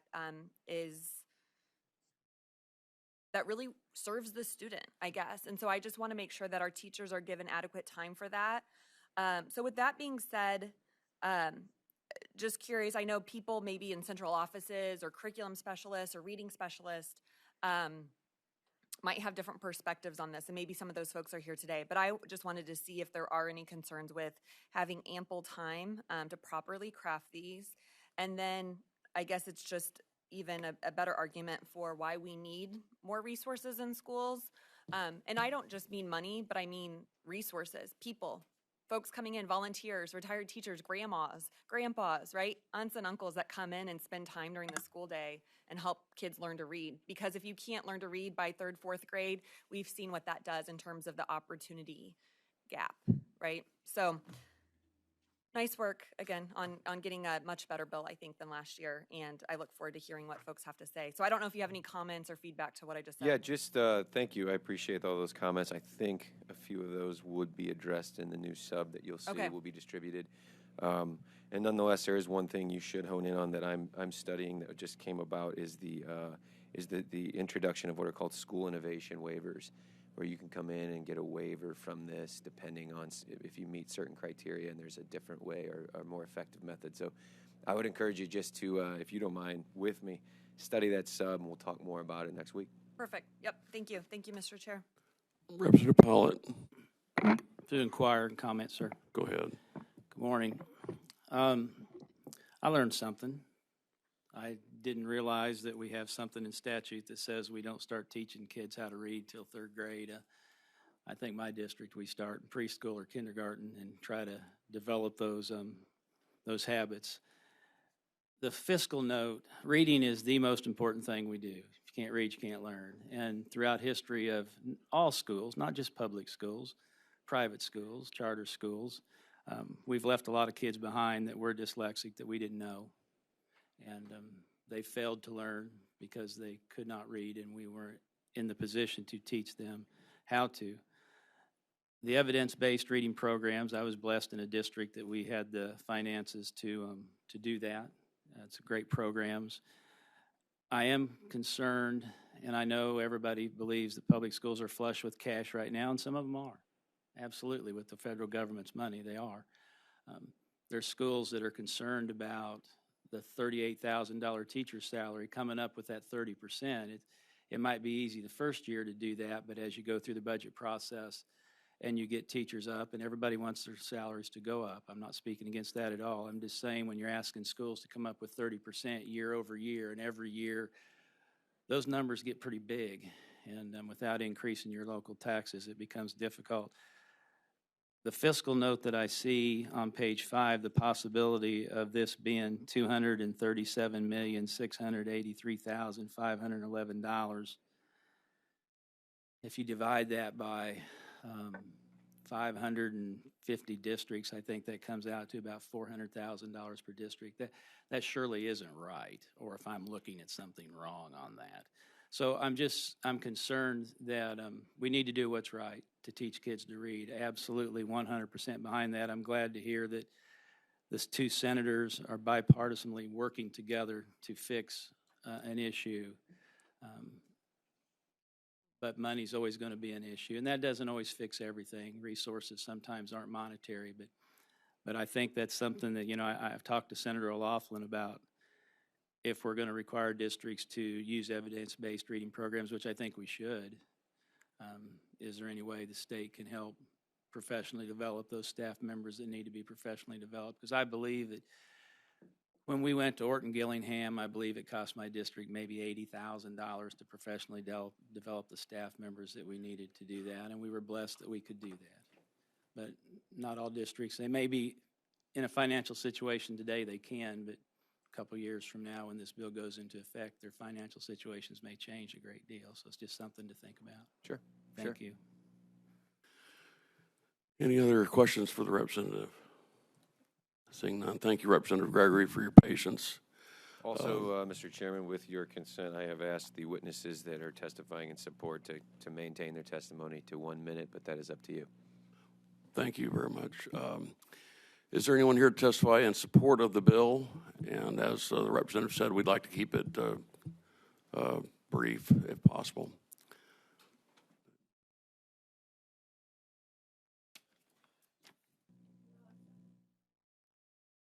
Is the green button pushed? Yes. My name is Suzanne Whitman. I'm sorry I spent a lot of time getting my testimony to 2 minutes, so if you'll give me a little That's extra. fine. Go ahead, ma'am. I have 2 dyslexic daughters who attend public school in St. Louis County, and I'd like you to tell them about them. But first, I want to address a question that Senator Shoup raised a few weeks ago that is central to this bill. What is dyslexia, and is it the same as all struggling readers? Dyslexia is a set of physical differences in the brain. These different brain structures and processing cause struggles with reading, writing, even learning to ride a bike. Dyslexia does not encompass every type of reading struggle. It affects about 20% of the population. But it turns out that the science about how kids become proficient readers isn't specific to dyslexia. All children, dyslexic or not, need to master the same basic elements to become proficient readers. What's important about dyslexia is that it's the canary in the coal mine because dyslexic kids struggle the most with curriculums that don't explicitly include these basic elements. So how do we choose the right curriculums?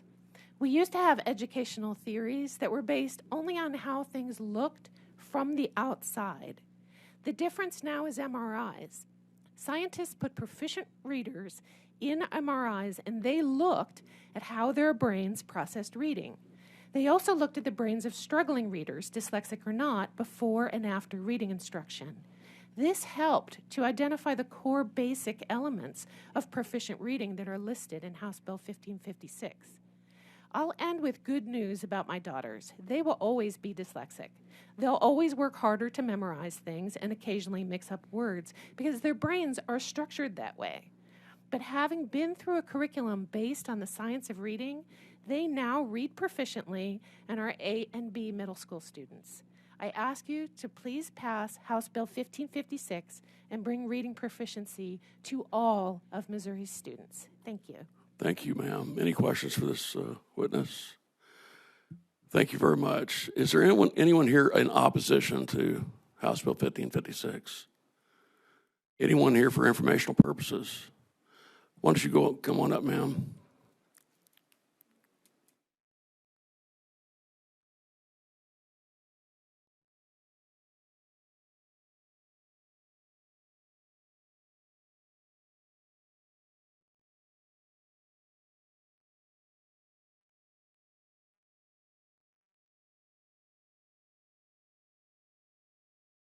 Oh, there it is. Now it's greener. Sorry. I'm very literal. I was an ELL teacher in Bayless, and I was very happy that Representative Nuremberg brought up ELL students because I've looked through this bill, and I don't see provisions specifically for ELL students in here. And some of my concerns that I have, my questions are, what provisions will be made for those students? Because sometimes they will come to us in 7th grade and never have read anything. Sometimes they will come to us illiterate in their home language, and sometimes they'll come to us and be able to read in their home language but not in English. And literacy in the first language is directly proportional to being able to learn to read in a second language. So will there be provisions for testing their literacy skills in their home language built into this, or will the testing all be done in English? These are the things that districts are going to need to know to be able to develop their LAU plans. And also, it stops at 4th grade. And I think this is a great bill. Please don't get me wrong. I struggled as a reader. I applaud this bill.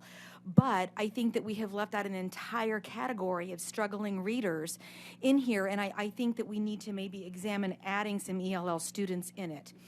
The other question that I have is, why is the burden on the ELA teachers? Because before I was ELL, I was ELA for 20 years. And there's a difference between teaching literature and comprehension and teaching the mechanics and the science of reading. So why not advocate for more reading specialists at the secondary level instead of placing more burden onto already overburdened ELA teachers? Also extend that to the other core areas because their academic language is very unique to their own disciplines. So having everybody learn about phonemic awareness and how to adapt and help struggling readers adapt in their own disciplines would be very beneficial. Please don't tell any of my friends that I advocated for more professional development. That would be not so awesome. But I really applaud this bill, but those are just some questions that I had, and I thank you for your time. Okay, I hate to tell you this, that this is archived, so they'll be able to access what you just said. Well, I should have worn a disguise. Representative Nurnberg. Thank you, Mr. Chair. Thank you so much for coming before us today. And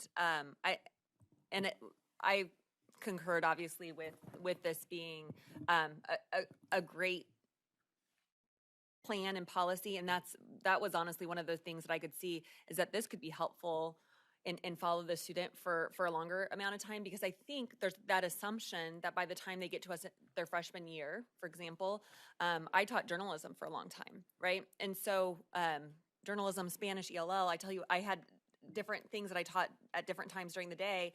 I'd get to the kiddo in journalism and ask them to read the lead sentence of whatever was on the front page of the paper above the fold and realize they couldn't sound out that word. And so reading, it is a lifelong skill. Still today, there are words that I go to read that I've never seen before and thought, there is no way that I've made it through almost to being 40 and have never seen this word before, but that's us in the legislature, right? So with that being said, I really appreciate your unique perspective and sharing that with us. And also just being very cognizant of our ever-changing demographics. We have more and more students that speak a language other than English at home.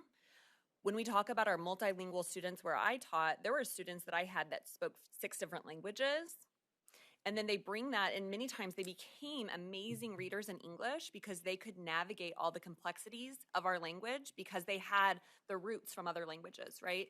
But I do think we have to really see a little bit more here for our ELL students. So with that being said, I'm going to reach out to the sponsor and share some of those and maybe a way that we could, again, continue to craft this to be even a better bill. Thank you.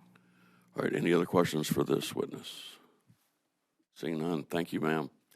Next witness in support of the bill.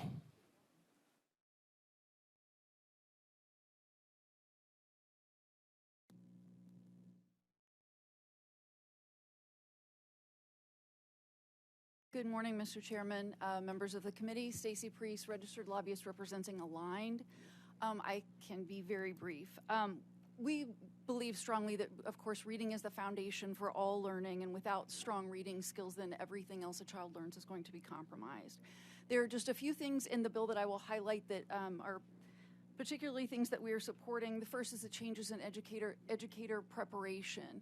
So teaching the teachers who are going to teach reading is the best place to start. So that makes a lot of sense.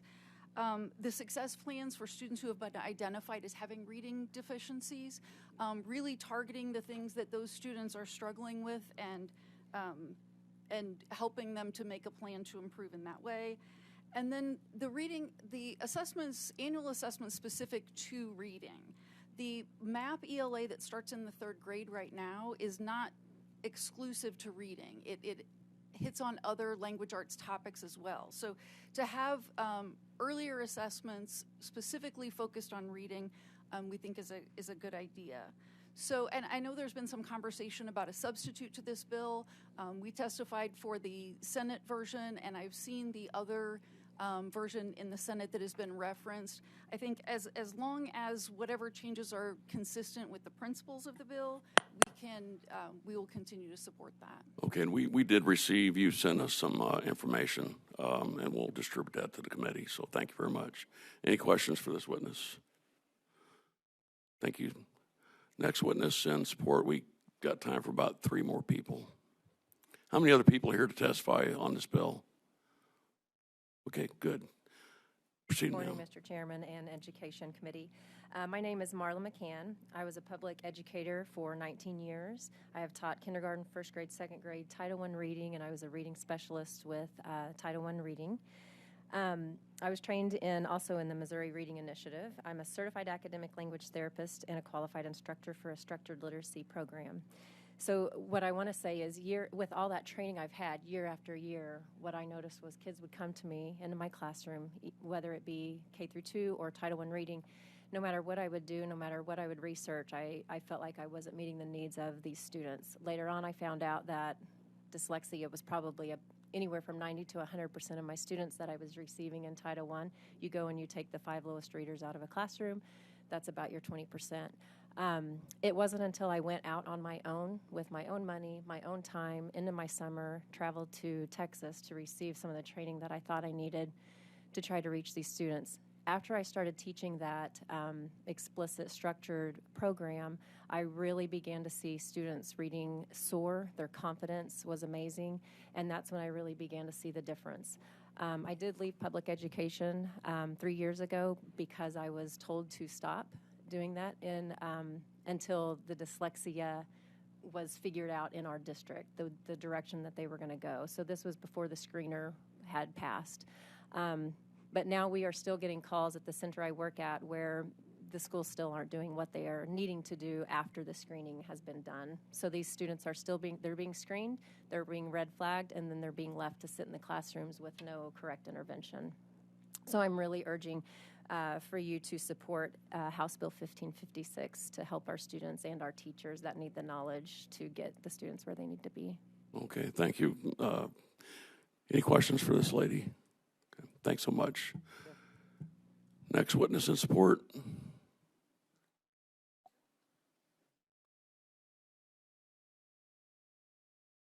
Hello, good morning. Thank you for allowing me this time to give some testimony about my personal experience with my 4 children. My name is Christine Wynn. My 4 children are in the Clayton School District in St. Louis County, one in which I know a lot of people know is very highly rated in the state. So I speak to that because this is the problem that my child had with her reading struggles happened in one of the best districts. So I want you to understand that this is happening all throughout the state, I believe. I have 4 kids. My first 2 kids are in high school now, and they went through the curriculum that was offered to them in our school district without any issues. I then had 2 more kids, and my third, my daughter, also same exact curriculum and went through without any issues. Then I had my 4th start in kindergarten, and I assumed that everything would go quite well for her, just like it had for my older 3. And yet, very quickly, in kindergarten, we noticed some things where she was mixing things up and things were opposite for her, et cetera, et cetera. Someone who doesn't know anything about dyslexia didn't really understand what was going on and looked to the teachers as, the person that would know how to help me with her reading struggles. I was told at the beginning of 1st grade that because she assessed where she did, that she should be pulled out to go see a reading specialist. We've talked a lot about specialists being really important in these areas. And I completely agree, as well as agree with the fact that specialists and just the general ed teachers in the classrooms need a lot more training around reading, and our curriculum certainly needs to change, which is why I support this bill. But I'll say that what happened was my daughter was pulled out of her classroom to go see the reading instructor who told me, as a specialist, she is the one in the school that should know the most how to teach my child to read. She told me, I'm sure that she'll be done in 6 weeks, in and out. We'll give her this intervention and it should be fine. She'll be back in the classroom and she just needs a little pick-me-up because she's younger for her grade, is what I was told. Now, again, I am a layperson, not in education, so I believed in what the educator was telling me about my daughter's reading struggles. She went the entire first grade and made zero progress in her reading. She was below grade level for her age and literally made zero progress. And I had the reading specialist telling me just a little more time after she had already told me it would take 6 weeks. And I realized very quickly that that reading specialist did not have the interventions that she needed. She was not educated in the things that my daughter specifically needed. And it was based on A, her training, and B, on the curriculum that she had to provide, which again was not the correct intervention for my child, who in second grade, they continued to say, let's keep her going to the reading specialist. And I said, if I don't see results this year within 6 weeks, we need to make a major change, because I'll have to pull her from the school because she's continuing to not be able to read. I then got her tested for dyslexia, because on my own I went and did research to find out that yes, she actually has dyslexia. And I was quite surprised by that, because in first grade she was assessed. The assessments had just passed, so my district had done an assessment for the very first time, and come to find out she passed. She was not red flagged. Whereas 6 months later, when I went and got her tested, which cost $1,800 to do, she did in fact have dyslexia. So even with these assessments, not all children, even that have very moderate to severe dyslexia, like my daughter has, are not being caught. And therefore, if they go along in the system, they continue, they just won't be readers. Okay, thank you, ma'am. Oh, we need to, we got one more. Thank you for listening. Yeah, thanks. Any questions for this lady? Thank you so much. Sorry to cut you off, but next witness. This will be the last one. Yeah, absolutely. Hi, I'm Nicholas Brody, and I have dyslexia. I'm in 6th grade, and my mom figured out that I had dyslexia in 4th. I've been doing tutoring for dyslexia for the past 2 years, and I've learned how to read from it outside of school. It was really hard figuring out that I have dyslexia after the whole time that I thought that I was the problem, that I just didn't know. And I don't want any other kid to go through what I had to, and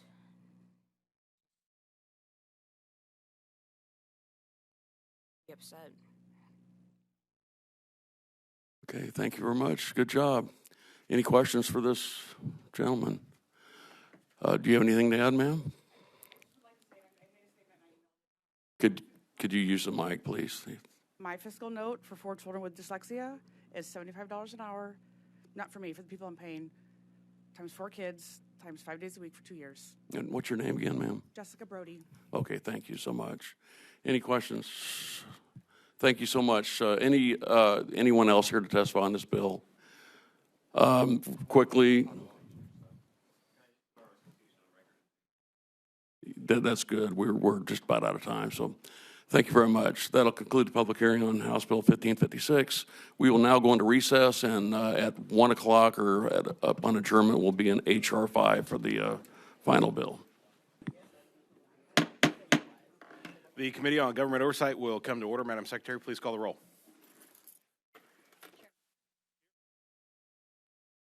Vice Chair Eggleston. Representatives Prouty. Bailey. Cups. Deaton. Ellebrot. Evans. Faulkner. Engel. Kelly. Labasco. Rogers. All right, with the quorum being established, we're going to go ahead and go into executive session. I move that we do pass House Bill 1594, Representative Walsh's bill repealing the motor fuel tax. Any discussion? Seeing none, Madam Secretary, please call the roll. Chairman Taylor. Yes. Vice Chair Eggleston. Representative Sprouty. Yes. Bailey. Cups. Deaton. Ellebrot. Evans. Faulkner? Engel? Kelly? Labasco? Rogers? With 8 ayes and 2 noes, we have passed House Bill 1594. We're now going to move out of executive session and begin public testimony on House Bill 1833. Representative Basie, you may begin when ready.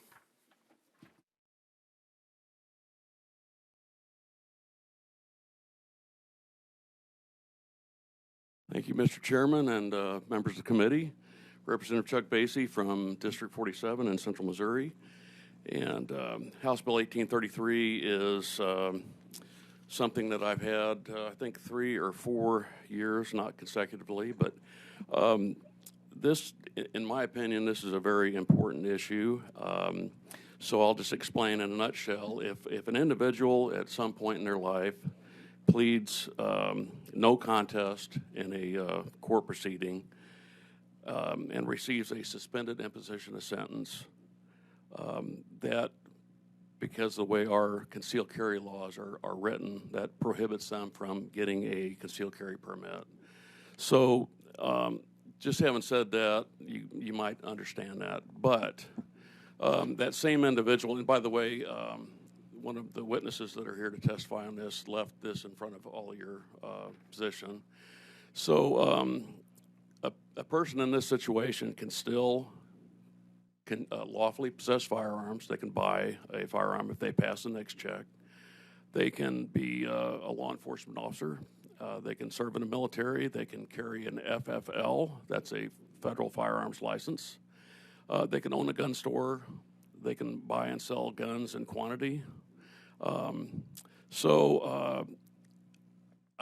would like to fix this, just remove that language out of statute so these individuals can get their concealed carry permit.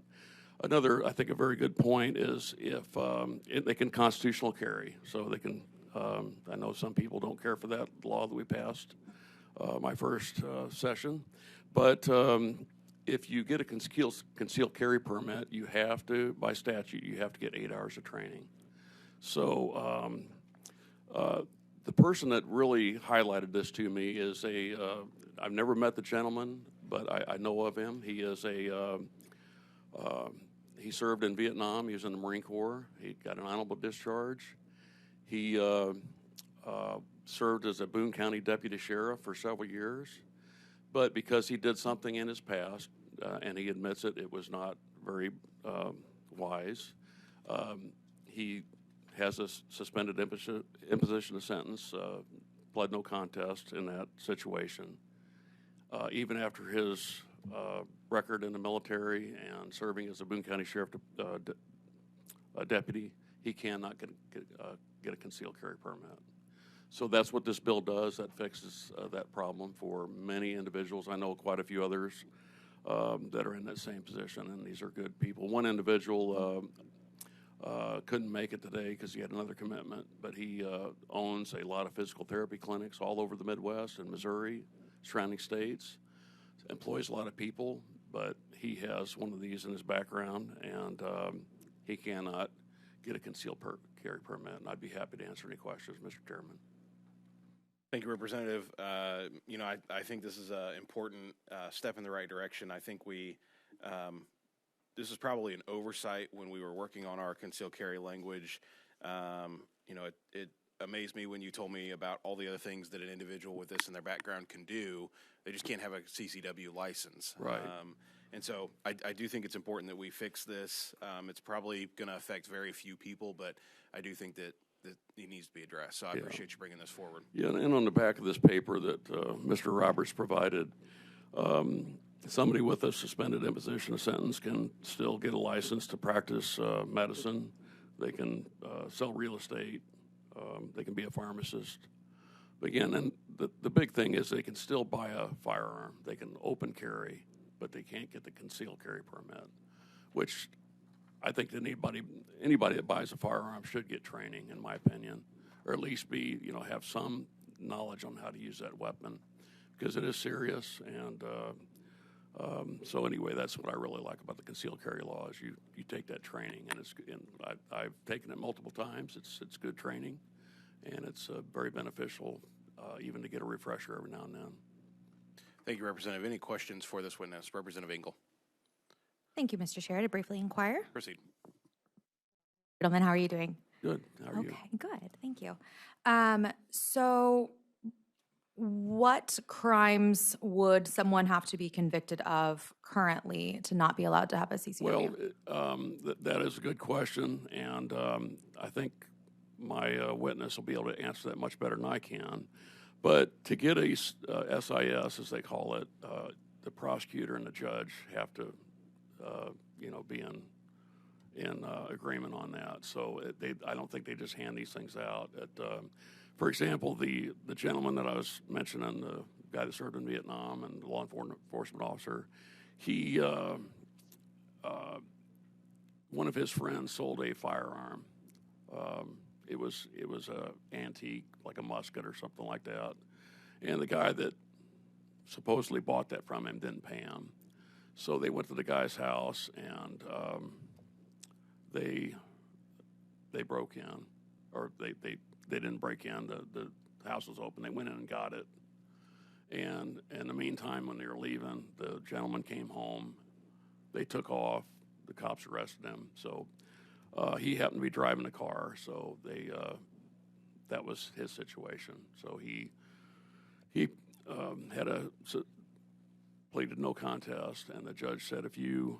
And I'm guessing pled no contest to like a B&E or... I'm not sure what that exactly, probably in that situation. But anyway, the judge sets down conditions. If you go over a period of time and don't do anything else, unwise, then that was his situation. So, and he ended up, he was a young man at that time. I think he said 17. He ended up joining the Marine Corps, went and served in Vietnam, honorably discharged, was a deputy sheriff in Boone County.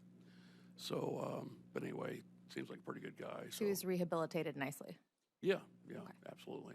But I think Mr. Roberts can answer your question much better than I can. Thank you very That's a good much. question. Thank you.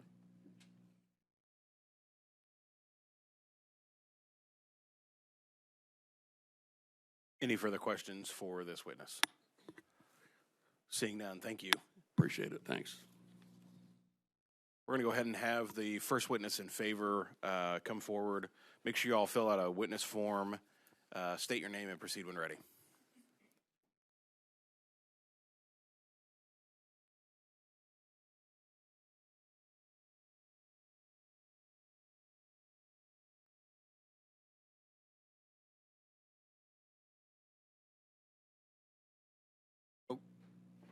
Thank you. Sorry. Some of you may know for the past 15 years, the Sportsman's Caucus has asked me to come to the Capitol and teach concealed carry class for legislators, as well as a firearms law update for legislators. And as a result of that, working with many legislators, I've gotten a lot of calls from legislators saying, would you work with my constituent? He can't get a CCW. We don't understand why. And that's what brought this situation to my attention. I'm not going to, I prepared that handout. I don't see any reason to go over it again or read it to you.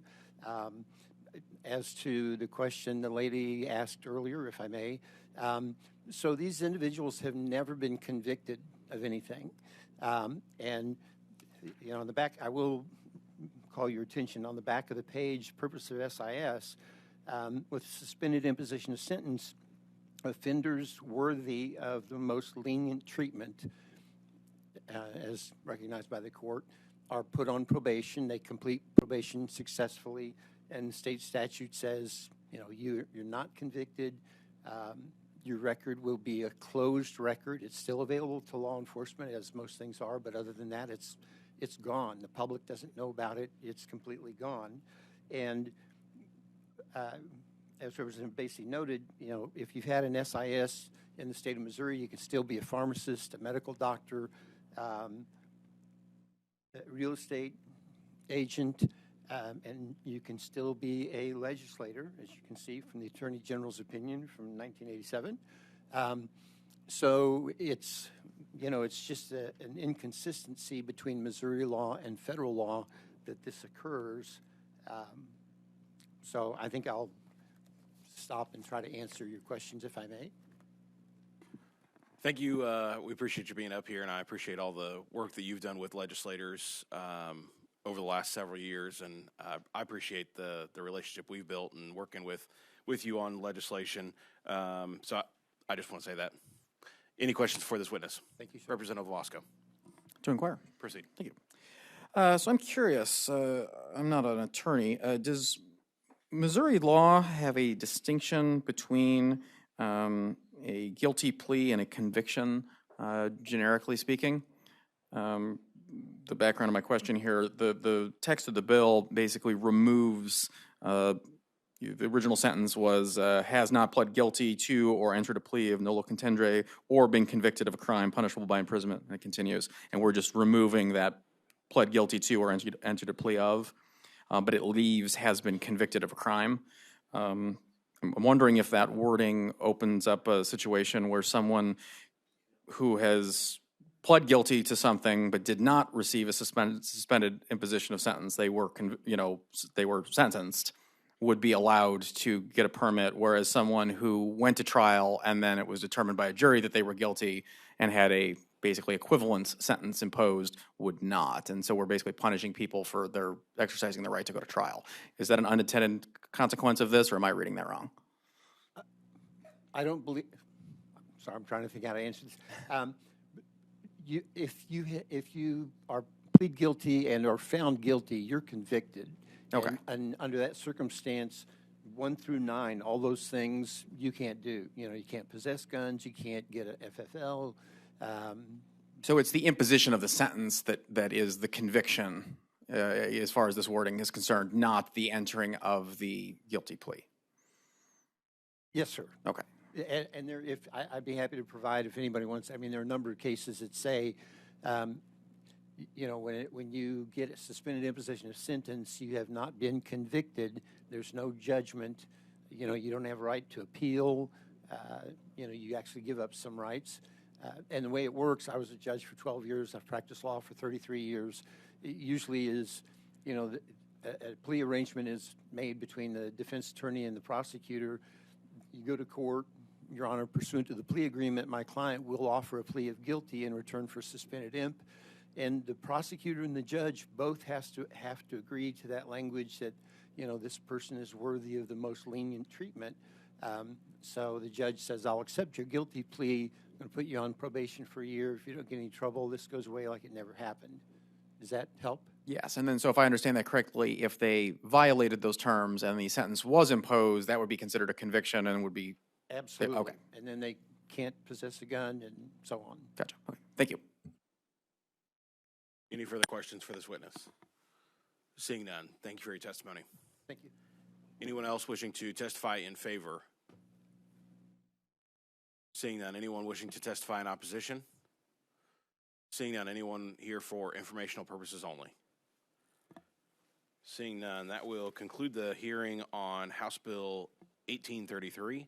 We'll now move to House Bill 1593 and 1959. Representative Walsh and Ritchie.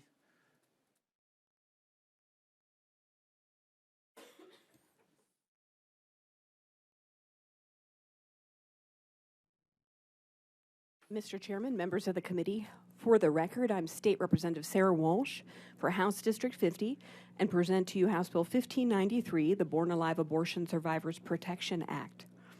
We should all agree that whether by neglect or intentional means, and for any purpose, the killing of a baby who has been born alive is abhorrent. A June 2019 Heritage Action for America poll found that 76% of all likely voters across the nation, including 71% of Democrats, support requiring doctors to provide medical care to infants who survive an abortion. Currently, Missouri state law does not clarify whether or not children who are born alive after an abortion attempt are protected from being left to die without receiving medical assistance. Currently under federal law, President George W. Bush's 2002 Born Alive Infants Protection Act codified in federal law that a newborn, regardless of the circumstances of their birth, is to be legally recognized as a person from the moment of birth if he or she shows any sign of life.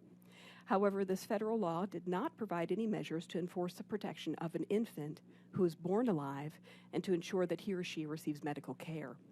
This bill codifies in Missouri law that practitioners exercise professional skill, care, and diligence to preserve the life and health of infants who survive abortion, provide the same standard of care that they would provide to any other infant born at the same gestational age, as well as ensure that the child is transported and admitted to a hospital following such care.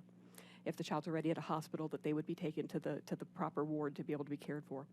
This bill provides that a person shall be civilly liable when he or she knowingly, recklessly, or negligently causes the death of a child born alive during or after an abortion or attempted abortion, or knowingly fails to comply with other provisions in the bill. This bill also provides that a cause of action for personal injury, bodily injury, or wrongful death may be brought if injury or death arises out of or results from any of the circumstances that are listed in the bill. This bill is the same as Senate Bill 168, introduced last year from Senator Burleson. This bill has a zero fiscal note, and there's a number of witnesses that are going to share more details on this legislation, as well as the forms that have been submitted, online testimony. And I would, at this point, like to turn to my colleague, who also is carrying a similar version of this bill. Thank you, Mr. Chair and committee. For the record, Doug Ritchie, State Representative, 38th District. I'm pleased to be working with Representative Walsh on this effort. I've filed this bill the last few years, and the effort itself was actually included in 126 in 2019, but when in the Senate negotiations, it was removed. So.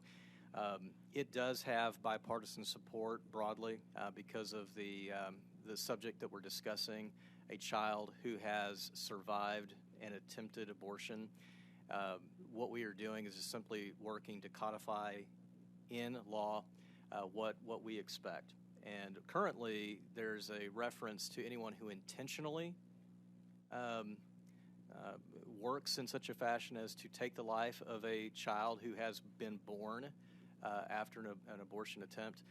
This language identifies the fact that also those who act negligently, if you just simply do nothing and you leave the child to die of exposure, for instance, right? So I agree with what has already been stated. I don't want to be redundant by any means, but certainly open to any questions. Thank you. Thank you all for both your work on this issue. For the committee, the reason we are hearing the bills together, I've sent out a House Committee sub. It has been distributed. We're going to combine the two bills, and Walsh will be the lead sponsor for the bill moving forward. So that's why we're doing them together, just so you all know. Representative Engel. Thank you, Mr. Chair. To inquire. Proceed. Good afternoon, ladies and gentlemen. How are you? Good afternoon. Doing well. And I believe, if I'm not mistaken, I've probably had these exact same inquiries with you over the years. So excuse the repetition, but I want to see if anything has changed. Do we have any documented cases of this ever having occurred in the state of Missouri? There are cases all throughout our nation of children that have survived abortions. In fact, there is some testimony that is being included with some of the witness statements for that. And so this is a very real problem and very important, because we're talking about the topic of infanticide, of children that are born alive and neglected and left alone. And there are many, many stories throughout our nation of this occurring. But not in the state of Missouri, is that correct? There will very well may be. Not any documented that you're aware of right now that you're able to cite? There may be some available here. Are you able to cite one? The reality is that every single child is precious, and one child is one child too many. Okay. So this is a very pressing issue. Like I said, bipartisan issue. We're talking about children that are born alive and that are protected by federal law. Under George W. Bush, and so that Born Alive Infants Protection Act. So again, a newborn, regardless of the circumstances of their birth, they are legally recognized as a person from the moment of birth. So we need to be able to protect them. Well, and you've said the term infanticide multiple times, which leads me to my next question, which I believe I've asked you both in the past, which is we have infanticide and we have homicide on the books. You were unable to cite a case of this happening in the state of Missouri. We have very strong laws involving infanticide and homicide on the books, as we should. I'm wondering why this is necessary.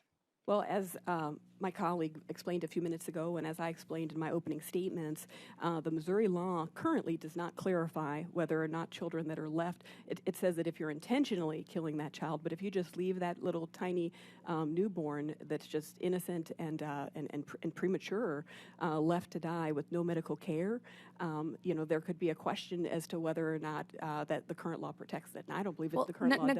Neglect So is this so actually important that a we form. clarify that. Neglect is against the law, and that is on the books. It's in Statute 210.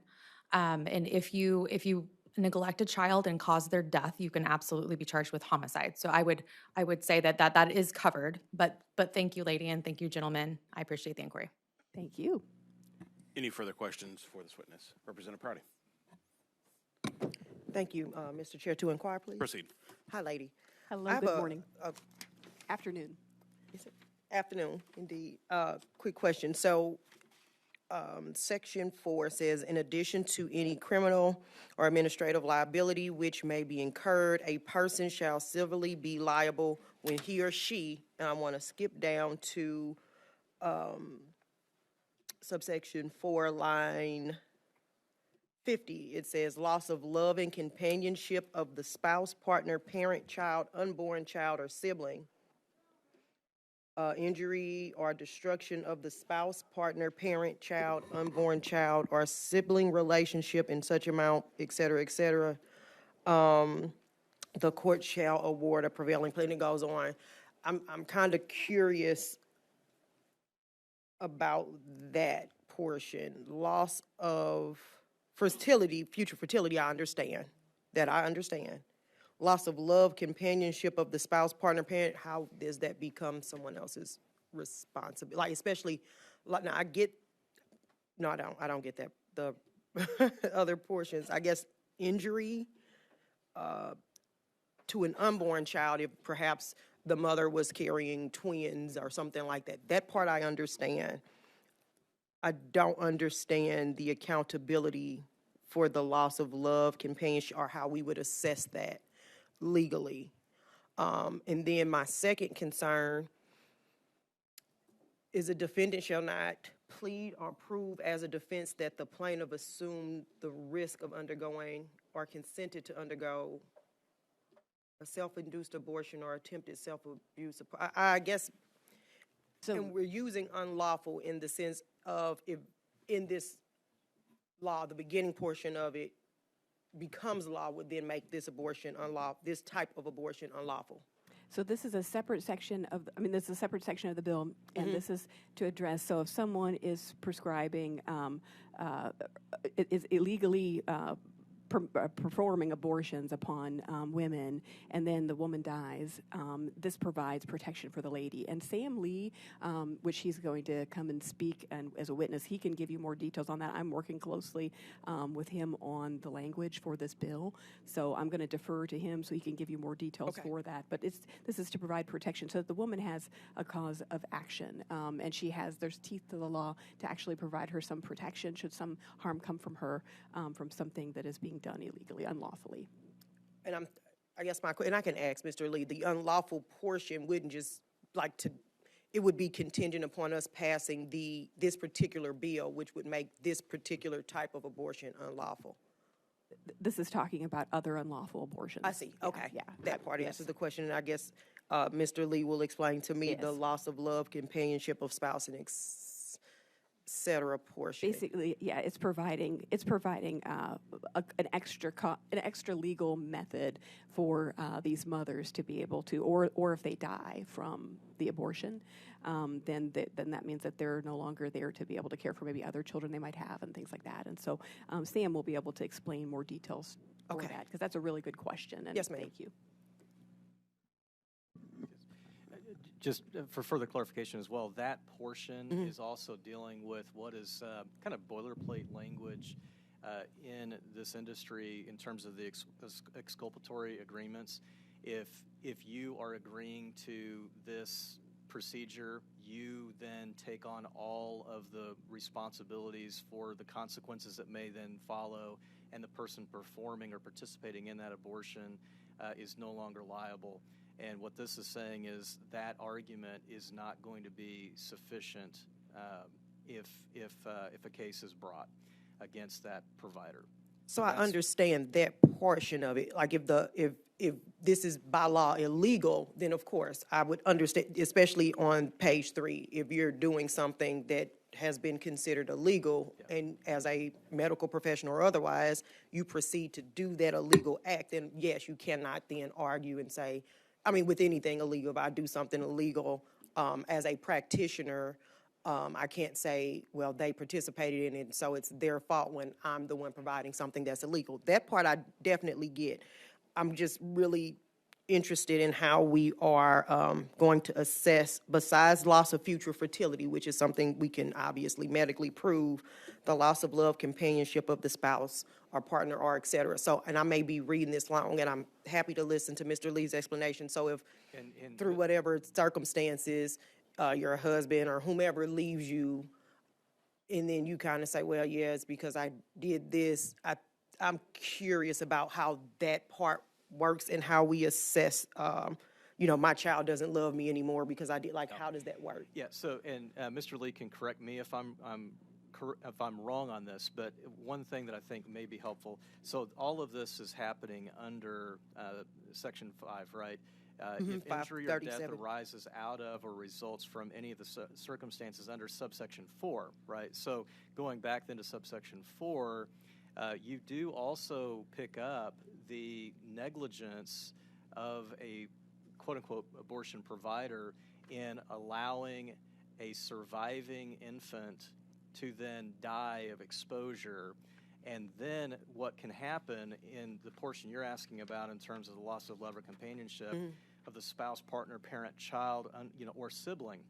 So what you're doing is basically saying, listen, if that provider, through efforts of negligence, criminal negligence, whatever, right, they allow that surviving child to die after a failed abortion attempt, a sibling could bring suit and say, listen, you allowed my brother to die on the table. He had a viable life. He was alive, and you allowed him to die, and I lost the ability to enjoy a loving relationship with my brother as a result of your criminal negligence, as a result of your lack of professional stewardship in that moment. You should have provided care. You chose not to. And so that is also the reason why it lists spouse, partner, parent, child, unborn child, or sibling, right? So I all hear this, you. yeah. I figure, okay, my concern with this portion is, yes, I don't disagree with if there's a living, viable child and a medical professional capable of saving a child's life. I mean, if it fails, it fails. My concern, though, is, and I hate to say, this is really disgusting to say, but I don't have a better way of saying it. The abortion attempt fails, we have a live child. It's almost like, you should have completed your assignment the right way. So are we suggesting it would have been then better for the doctor if the abortion was successful? So you've got it. So that's a really that is a really great question. That's a really great dilemma, and that's where the medical community they're calling the Hippocratic Oath is to try to preserve life. So when there's a live child, that's why it was so important under the federal law when President George W. Bush said that regardless of the circumstances of the birth, so whether it's whether the original abortion was intended to take that child's life, but here you've got now a child that's been born alive, and so that's why under federal law, if that child shows any signs of life, that child is to be branded brand new patient. It's now legally recognized as its own person.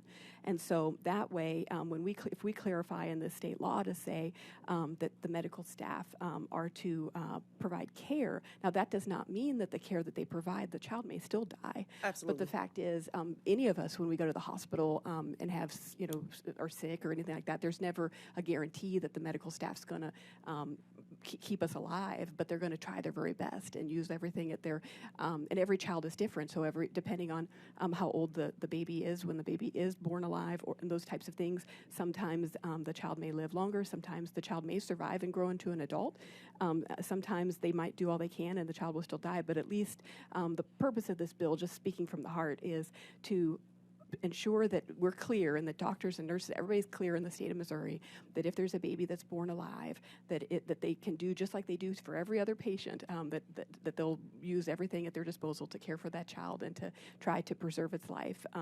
And so it takes that dilemma away. It takes that question away as to what. And I want to be clear. Saying this part that I have a concern, I don't disagree with that. I don't. If a child is born alive and the abortion attempt fails, I would hope sincerely that at this point, I would agree with you. I mean, the oaths and everything, this is now a living person, that all the resources would then go into sustaining the life of that then born child. I 100% agree with that, and would think that if they allowed the child to then die, then absolutely all of those other, like at that point, then you're failing to provide medical care when you, so I agree with that part. I guess my concern though is if an abortion was being performed, and I'm not talking about the unlawful kind, because I agree with that as well. If you are providing someone an abortion that you know then is unlawful, then you take that liability on yourself by providing it. I agree with that part. My concern, though, is, I agree with the penalties in place for the doctor that are already in place for letting a living human person die, born person die. I'm concerned with these other things because the mother went and sought a legal abortion, for example. Right. That was her choice, and she went and sought a legal abortion.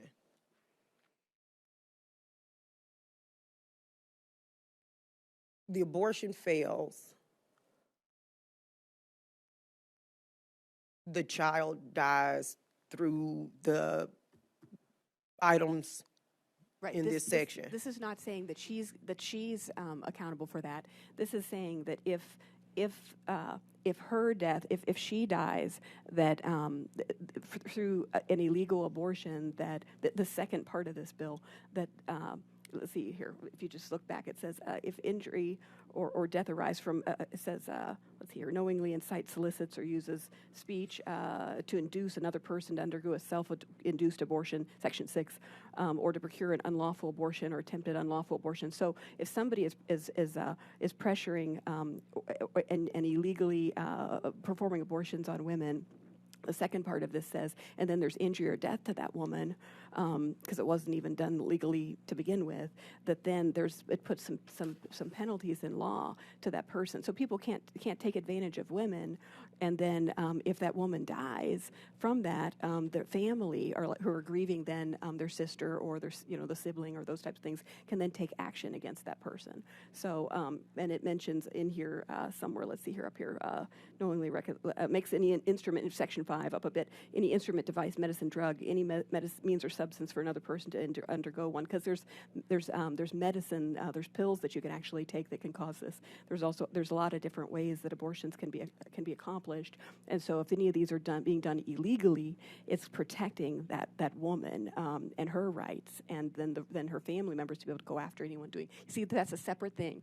I see what you're saying. So one part, abortions. Right? So the penalty part, yes, is in regards to the penalty part in the top, which is I shouldn't say top, but in the first, let's see, section under Section 4 that talks about the babies that are born alive, if any knowingly, recklessly, or negligently, and that's important because, as I mentioned earlier, there's no guarantee that when they provide care that the baby will survive, since it's been intentionally prematurely born. I mean, that's, you know, what happens when in these abortion cases. But if they're knowingly, recklessly, or negligently, so in other words, not providing care to that baby that's been born alive, so that's why those words are important. Not after they're providing care that the medical staff then, and then the baby still dies, you know, that they would be guilty of that. But it's saying if they knowingly, recklessly, or negligently, if they just leave that little baby who's breathing there on a, you know, in the soiled linen room to die on its own, then a case could be brought against for that. It would protect that little new life, that new patient. But then the second part protects the mother against any illegal abortions, unlawful things. Yeah, if somebody does something illegally and then there's complications, you know, hemorrhaging, whatever, she dies, you know, various different things, or she's just gets hurt, like all those other things you listed, it provides her some protections against that. Yes, and so I'll be I like both the sections, and I worked with Mr. Lee and spoke with Mr. Lee before on certain little adjustments to different legislation. I would like to talk more, so I agree with that whole, and I know you all in the public can't see, but the portion that discusses providing illegal abortions in the forms that they may come.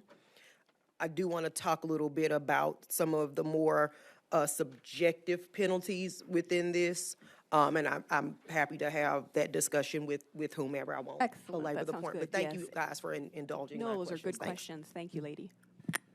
Further discussion, Representative Lovasco. To inquire. Proceed. Thank you. Hello.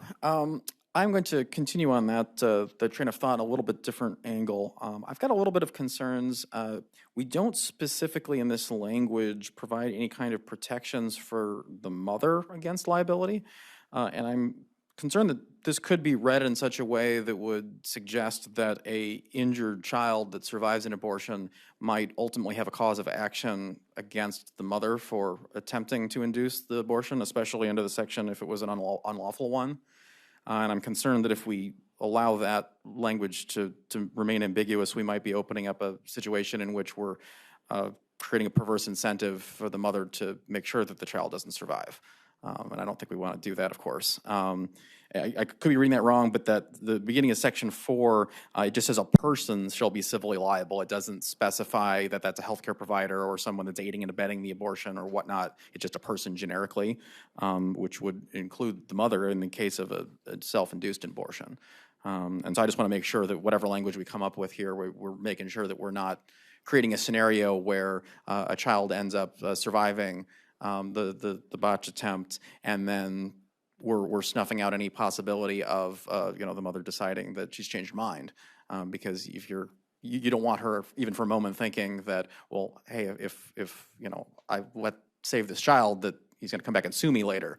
We don't want that going through anybody's minds. Well, and I would assume you agree, but I'm just concerned about the wording. Well, I always appreciate your deep thoughts, Representative. I will say, if you look at that, though, closely, it says knowingly aids or abets another person to undergo a self-induced abortion or attempted self-induced abortion, or to procure an unlawful abortion or attempted unlawful abortion. So clearly, it's, the plain reading of that, though, is saying that if a person is basically aiding or abetting of another person to undergo it, so essentially you've got adults here, and someone is pushing someone, pressuring someone to undergo a self-induced abortion or an attempted one, or to procure an unlawful one. I guess we do have on upon another person, so yeah. that might be sufficient. Yeah. That might be sufficient. I'll have to reread that a couple times. I just it's okay. To dive into this. And the second thing I think that we may run into some issues as far as just legal challenges is that Section 6 knowingly incites, solicits, or otherwise uses speech or writing as an integral part of conduct in violation of a valid criminal statute to influence another person to undergo a self-induced abortion. It continues. Again, I'm not an attorney, but my understanding is there's a pretty wide latitude that people have when it comes to engaging in speech that encourages but doesn't directly assist in illegal activity.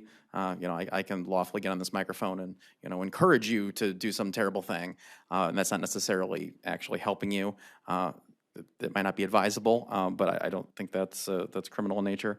I think we may want to tighten that up just a little bit to maybe make a direct connection between, I assume your motivation here is, providing instructions of some kind or, some kind of tutorial step-by-step, something of that nature.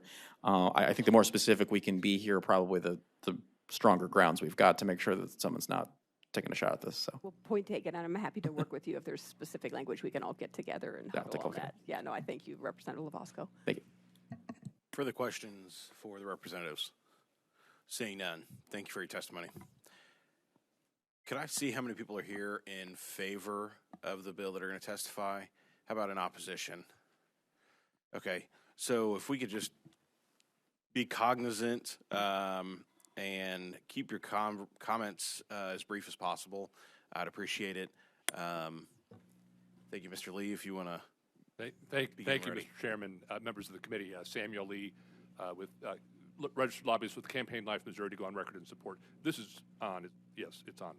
And I love this committee because you always make me work while you're asking questions and talking. And so I'm going to. I've gotten written testimony here. I'm not going to read it. And as Representative Ritchie explained, we do have a law in the books, but it's archaic. We don't even use the term intending to do something anymore in our criminal statutes. This statute that is in existence was first passed in '74. We've had criminal code changes. We now only talk about things knowingly or negligently done or with criminal negligence or things like that. So it's an update to what has been on the books, but when it was first written back and passed in 1974, it presumed that the only circumstance that would come about is if a baby was born alive, the doctor would intentionally, to use that word from then, kill the child. But we have found out since then that there's all sorts of other circumstances, and one of them is at the very bottom of my written testimony. When you get a chance to read that, or it's in your email inbox, to click on those news stories, and that really illustrates part of the problem we're dealing with now. You had a couple, an older guy who was abusing a younger woman. It was happened in Ohio, and this is in 2019. They both bought pills from India, same prescription, but both did that, and I suspect the guy had her do it so she'd be liable too, or he could use that over her. She took these pills, and she was 28 to 29 weeks pregnant. She aborted the child, and she went into labor at the apartment the next day.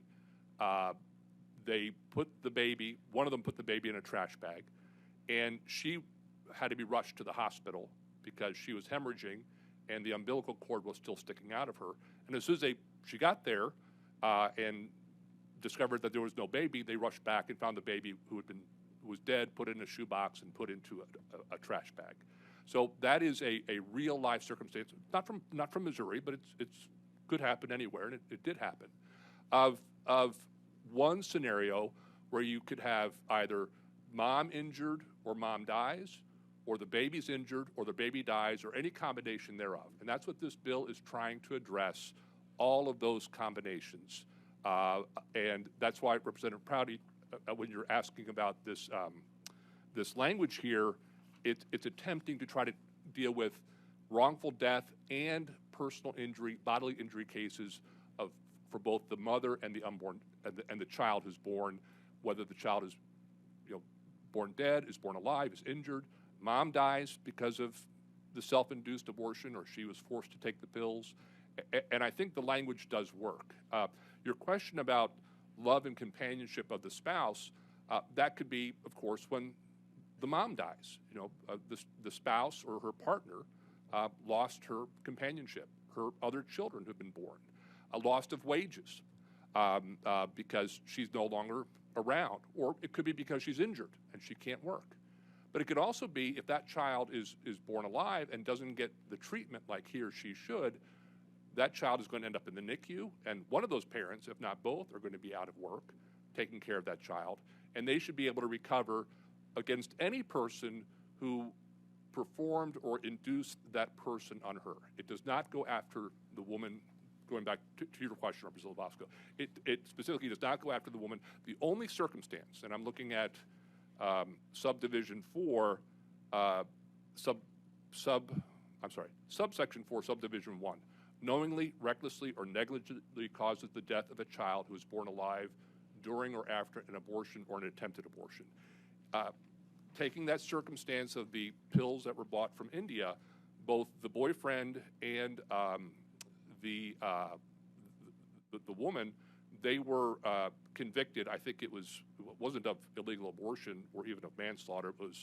It was something to do with hiding a corpse or something like that. So they did not seek treatment. So under those circumstances, yes, the woman could be charged with whatever would be an appropriate crime, but not for undergoing the abortion itself, but for failing to have that child treated, which I think everybody would agree, whether she was forced or not, whether it's completely within her own volition or not, if that child is born alive, everybody should do everything they can to help that baby. I hope I explained it. It takes a little bit to wrap your head around some of this. Representative Prouty, that language about love and companionship, that's taken specifically from the state of Washington. And they have a section of law dealing with action for injury or death of a child, and it's about recovering damages when a child dies. And they specifically do provide that damages may also be recovered under this section for the loss of love and companionship of the child, loss of the child's emotional support, and for injury to or destruction of the parent-child relationship. That's taken practically verbatim from another state. Now, that language is not elsewhere in Missouri law. It's in the law from the state of Washington, but I think it's perfectly appropriate to take that language, put it under these circumstances, because whatever you believe about abortion, this is about as tragic as it gets.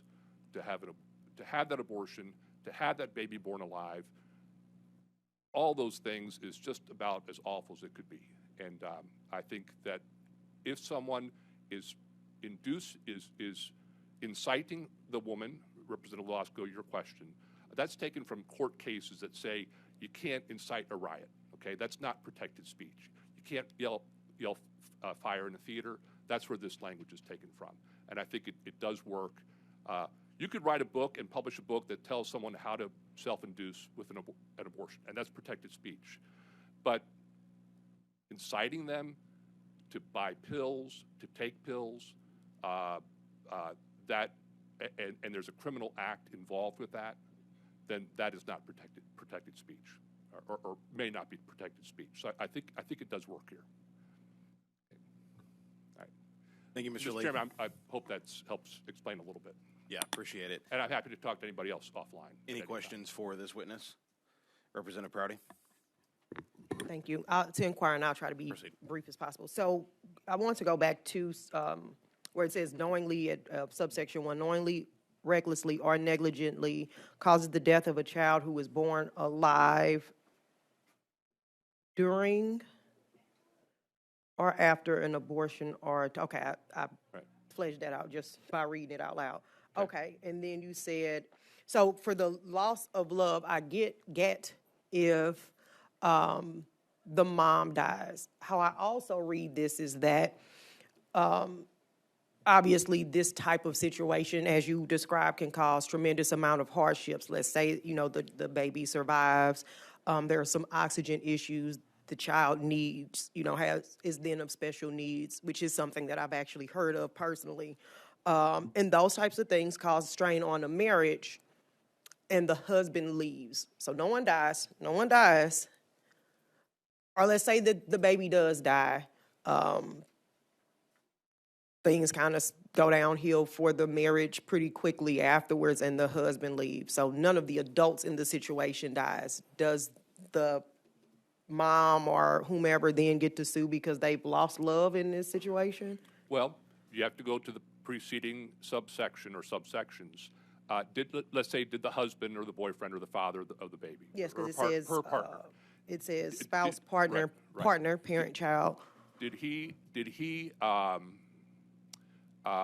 incite her to do that? Did he perform the abortion on her, or provide the means for her to self-induce? So portion is that the mom, for example. So the mom wants to then go and get, pursue civil damages against, let's say it was a doctor. Right.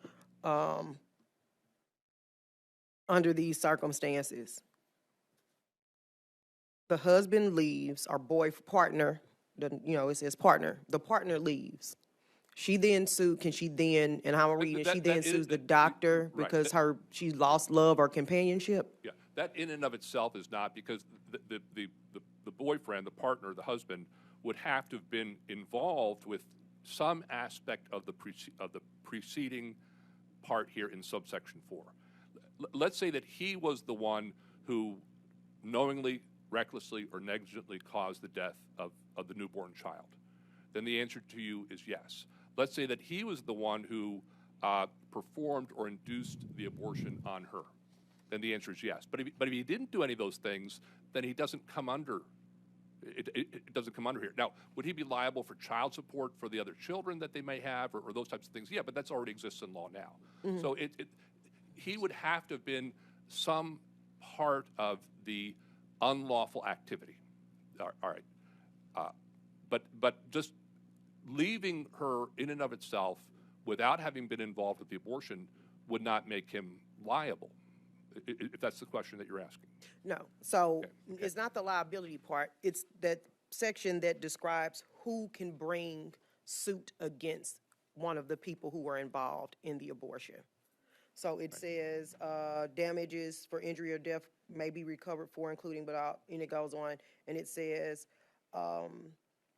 these things are applicable: loss of future fertility. So these are, if these things apply, one or more of these things apply to me, right, then I can sue or pursue damages against one of the individuals involved in the abortion. So if I've lost my fertility, if I lost love and companionship of a spouse, partner, parent, child or unborn child or sibling, and for the injury and destruction, blah, blah, blah. So these are the individual. This is, if these apply to me after the things in the previous subsection, then I can, according to section 4, pursue civil damages. Unlawful abortion, not a lawful. If we're talking about a lawful abortion, he goes with her to the abortion clinic, and it's a late-term abortion. I mean, this probably wouldn't happen in Missouri, but let's just say it did in Colorado, where they do late-term outpatient late-term abortions. Went, and it was lawful. Okay. This all refers to unlawful activity here. Okay, it's not it's there's two things. One is an abortion, whether it's lawful or not, and the baby is born alive. Okay, and someone doesn't take care of that child. All right, that's one part. The other parts of this is an unlawful abortion. Mm-hmm. And certainly buying abortion pills from India is an unlawful abortion, right, both under federal and state law. If someone is involved with that and they cause injury or death to the mom or to the baby, then yes, they could be sued. So that's the point. We're talking about lawful right. behavior. So right. That's the part I'm talking about. Right. To Representative Lovasco's point, mom by herself goes and decides to get some abortion pills from India. Right. Partner finds out that right. she did this. Not involved in it, finds out she did this. Right. He can then pursue damages against mom. No, he can't. Because as was pointed out, someone who performs or induces on another person. And that tracks what's in our in our criminal law, Chapter 188. So if you go into Chapter 188, which is most of where our abortion law is, a self-induced abortion is not a crime. It's performing or inducing an abortion on another person unlawfully. Not waiting 72 hours, not getting parental consent, not getting informed consent. That's unlawful behavior. But doing that to yourself by whatever means is not. It's not criminal. There's no civil liability. Okay, that's the distinction here, and that's I think it's carefully drawn. But if it's not, then it should be. No, fixed. I think you're right. I just needed. I understand. Right. I hear what you're saying. It's not. I hear you. I hear you. Okay. Missouri lawmakers have been very careful since literally 1825 to make sure that our laws do not go after the woman who has an abortion, and that's been consistent. There's been some attempts by some to do that, but I think that'll be rejected by the General Assembly. Okay, thank you. Thank you. Further questions? Representative Lovasco. To inquire. Proceed. Thank you. Hello again. Yes. Just responding briefly to your comments regarding the speech section. You made reference to you can't yell fire in a crowded theater. I just wanted to provide a little anecdote that you might find relevant here. That phrase was originating from a Supreme Court decision regarding someone distributing pamphlets encouraging people to protest the draft and not sign up during World War I. It was later overturned by a subsequent Supreme Court and introducing a higher standard that the government has to meet in order to quelch speech. That standard was imminent lawless action. That basically not only is the conduct that you're advocating have to be illegal, but it has to be something that's going to happen reasonably quickly thereafter. So I'm a little concerned that our language is a little broad there. I think there's a difference between if you've got a scenario perhaps where someone's got a bottle of pills in their hand and they're wavering and someone is urging them to take the pills, I would think that would be imminent. Distributing leaflets telling you, we encourage you to do X, Y, and Z, not something I particularly approve of, but I don't think that would be unlawful under the current standard. And I realize that I think we're on the same page as to what you're trying to do. I think we need to tighten that up quite a bit. Well, I'm looking at the sub here, and I'm just going to point out, bottom of page 2, lines 41 or 42, as an integral part of conduct in violation of a valid criminal statute. So let's take it outside the context of abortion. Let's just say robbing banks. Okay, you could write novels and books and how-to guides and put it on the internet of how to rob a bank, of how to crack a safe, and that's protected speech. But if you conspire or work with somebody to rob a bank and you tell them as part of integral part of the conduct in violation of a valid criminal statute, you could be criminally liable. That's the distinction. And of course, it's a very fact-specific circumstance. Sure. Right? And I think that actually might be the key to tightening this up a little bit. If we look at things like conspiracy statutes where you have to actually take an action that furthers the goal that is criminal, even if you don't go all the way to actually committing the criminal act, if you start taking actions that would lead to that, something of that nature, I think might clear that up just a little bit. But yeah, generally speaking, Mr. Holmes, the former Supreme Court justice that made that comment, he was also known for making the comment about 3 generations of imbeciles are enough. So not a gentleman that we may wish to be quoting in these discussions, because he was not exactly a pro-life dude. So but I appreciate what you're working on. Thank you. Thank you, Mr. Chairman. Further discussion for this witness. Representative Engel. Thank you, Mr. Chair, to briefly inquire. Proceed. Good afternoon, gentlemen. How are you? Good, Representative. Thank you. Yeah, good to see you. So page 2, in the same section that the gentleman, the previous representative was referring to, so it's line 31, the knowingly incites. So we're diving into the theoretical and the hypothetical here, and I'm aware of that. I'm not seeing how spousal privilege wouldn't prevent a spouse from being compelled against testifying against the other spouse. If an outside party, so a sibling of deceased child, wants to sue, I don't know how they're going to gather that information, why they would be privy to either protected health information of mom, of deceased baby, or have knowledge of that spousal communication. And I'm not sure how they could be legally compelled to testify against each other in court. They can't. You're right. You're right. But you're presuming that there's no other evidentiary trail. So the example I gave, again, at the bottom, you can click on the articles. The boyfriend and girlfriend, they texted each other, and in some way the police or the prosecutor got those texts about, oh, we got to do this, we're going to order the pills. I don't know all the details, but it's there. There was an evidentiary trail. Now, they weren't married, but let's say for argument's sake that they had been married. You're right. You cannot compel a spouse to testify against somebody else. So that would not be this, but this doesn't overturn that principle of law.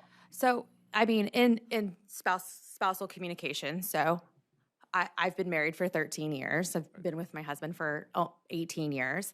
And, we have a lot of conversations going back and forth and, sometimes hot debates. What are we going to, to buy a new car, to whatever, right? And not to belittle the subject, but, if when we're trying to compel each other to do different things or trying to persuade each other to, come around to the other person's perspective, I'm also hesitant and agree with the representative that that language. I mean, is my husband inciting or soliciting me to try to get a new Tesla? I don't know. I mean, I think you could make that argument. And so, I mean, but that spousal communication and in that debate that happens in marriages, Right. I mean, I think that's pretty protected. And I'm also really concerned about that language. Representative, I agree, okay? Okay. And if he or she talks to their minister, that's protected as well. So Right. this doesn't change any of those principles in the law. But if somebody finds out or they tell a third party, oh, I got her to buy pills, or I bought pills from India and I incited her to, or I gave them to her, or I put them in her drink, which has happened, the abortion drugs, that's not protected, okay? That's not spousal privilege or So the only person that would be so if this incitement happens between these two married people, the only way that a sibling would have the ability to bring suit under this proposed bill is if they were somehow privy to that information. Is that right? I'm just trying to understand. Under that specific fact circumstance, if the only two people who know are husband and wife, and they cannot be compelled to testify against each other, if the child somehow knew, okay, found the vial of pills or saw the invoice with dad's credit card or something like that from the India drug company, then maybe that would be yeah. But I mean, you're asking me a hypothetical where it doesn't change the current practice in the law. If she went to confession to a priest, the priest can't be compelled. So that doesn't change, okay? So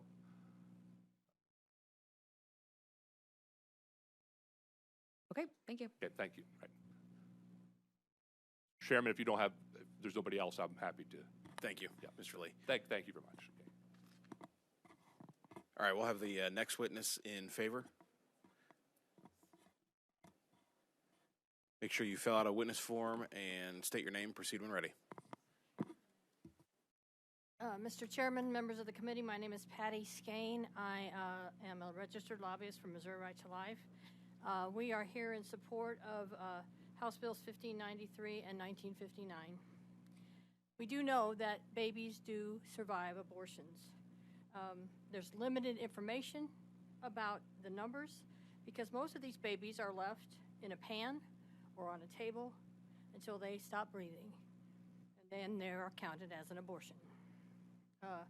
Melissa Oden, a saline abortion survivor who lives in Kansas City, she was not subjected to the abortion in Kansas City, but she is now in the state, is submitting testimony today. She could not be here because of a previous commitment. But in her testimony, she addresses some of the statistics that are available and also how and why she survived the abortion and a lot more. She is the director of the Abortion Survivors Network, so there are a number of survivors of abortion. We also know of a young woman named Gianna Jessen. She also survived a saline abortion and was harmed by that. She suffers from cerebral palsy from the salt solution that was in the womb that she breathed for several hours. And her testimony, I did not include it, but it is available on the internet, and I will be glad to provide it if you would like to get that. Also, with our testimony, we included a testimony from Jill Stanek, who is a nurse who actually observed this type of thing happening, not in Missouri. But she was compelled and moved to provide comfort and care for that baby until he died. And her testimony is included on the back of our testimony. Her testimony was actually for a congressional hearing. And so it's not specific to these bills, but it is very much related to that. I think Missouri has to take a lead in protecting these babies because the United States Congress will not act. They have had this bill before Congress many times and is not taking any action on it. We also support the language in here concerning the illegal sale of pharmaceuticals for the purpose of inducing abortions. And for all these reasons, Missouri Right to Life supports House Bills 1593 and 1959 and encourages passage from the committee and the full House. Thank you for your testimony. Any questions for this witness? Seeing none, thank you. Anyone else wishing to testify in favor?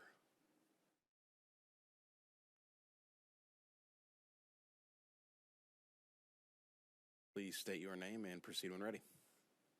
I'm Rachel Blackmore, and I'm not here with any organization. I'm just me from Columbia, Missouri.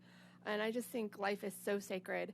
And when a baby fights to possibly survive certain death, I think we should protect that baby. And I think there should be something in statute that protects that baby. So that's what I have. Thank you, Ms. Blackmore. Any questions for this witness? Seeing none, thank you for your testimony. Anyone else wishing to testify in favor?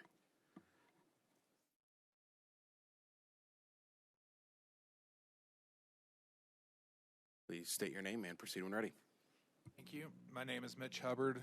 I am from O'Kane, Missouri, and I am here to speak in favor of House Bill 1593 and 1959. Basically, what I wanted to say has already been said, so I will just say I encourage everybody to pass this. I can't imagine that anybody on this committee would be opposed to protecting a baby who has already been born and taken in their first breath. Thank you. Thank you, Mr. Hubbard. Any questions for this witness? Seeing none, thank you. Anyone else wishing to testify in favor?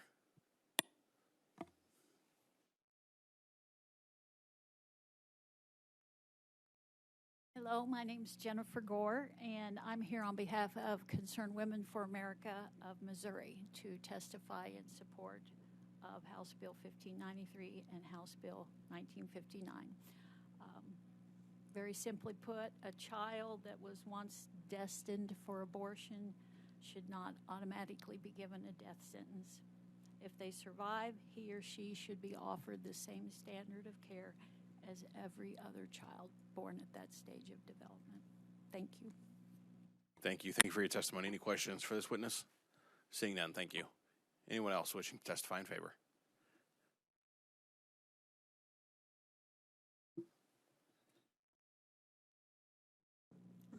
Good afternoon. My name is Debbie Cochran. I'm testifying on behalf of myself. I live in Chesterfield, Missouri. I came prepared to talk just a bit about in support of the Born Alive Abortion Survivors Protection Act. Really, as a healthcare provider myself, I'm a nurse.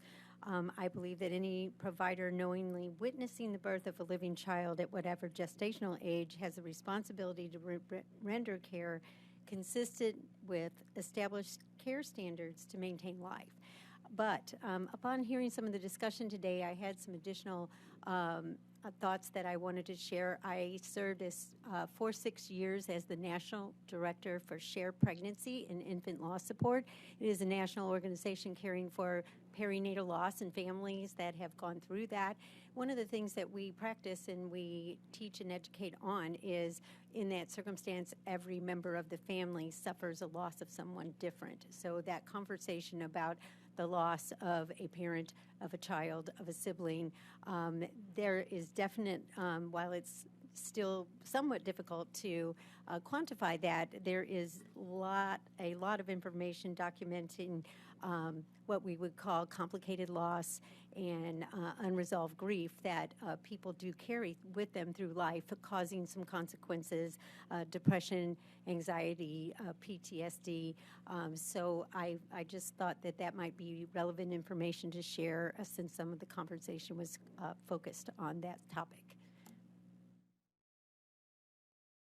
Thank you. Any questions for this witness? Seeing none, thank you for your testimony. Thank you. Anyone else wishing to testify in favor? Please come forward, fill out a witness form, and state your name, proceed when ready.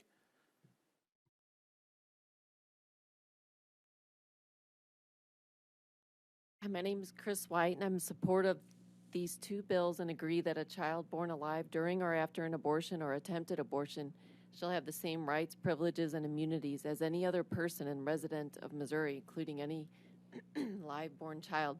As I hear bills like this, I'm reminded of a patient I took care of that was scheduled for The mom was scheduled for an abortion, and I received report that the abortion was scheduled for the next day, and the mother went into labor and delivered my patient, who was healthy and beautiful. I remembered thanking God and knew that he had a plan for this little person, as he does with all babies, and this little girl was later adopted. I hope you all consider the importance of this bill, the importance of human life, and thank you very much. Thank you for your testimony. Any questions for this witness? Seeing none, thank you.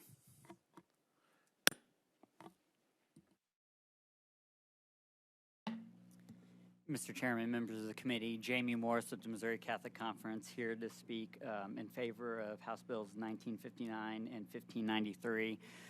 I really don't have much to add to what's already been said. Obviously, we appreciate the sponsors bringing this bill forward and the committee for hearing it, and also for the good discussion we've had today. And I would also like on the record to thank this committee for giving more work to Sam. That's always appreciated. Appreciate keeping him in business. So, if anyone has any questions, I'd be happy to answer them. Thank you for your testimony. Any questions for this witness? Seeing none, thank you. Thank you. Anyone else wishing to testify in favor? Seeing none. Anyone wishing to testify in opposition? Seeing none. Anyone for informational purposes only? Seeing none, that'll conclude the hearings on House Bill 1593 and 1959. That will also conclude the Committee on Government Oversight. Thank you all.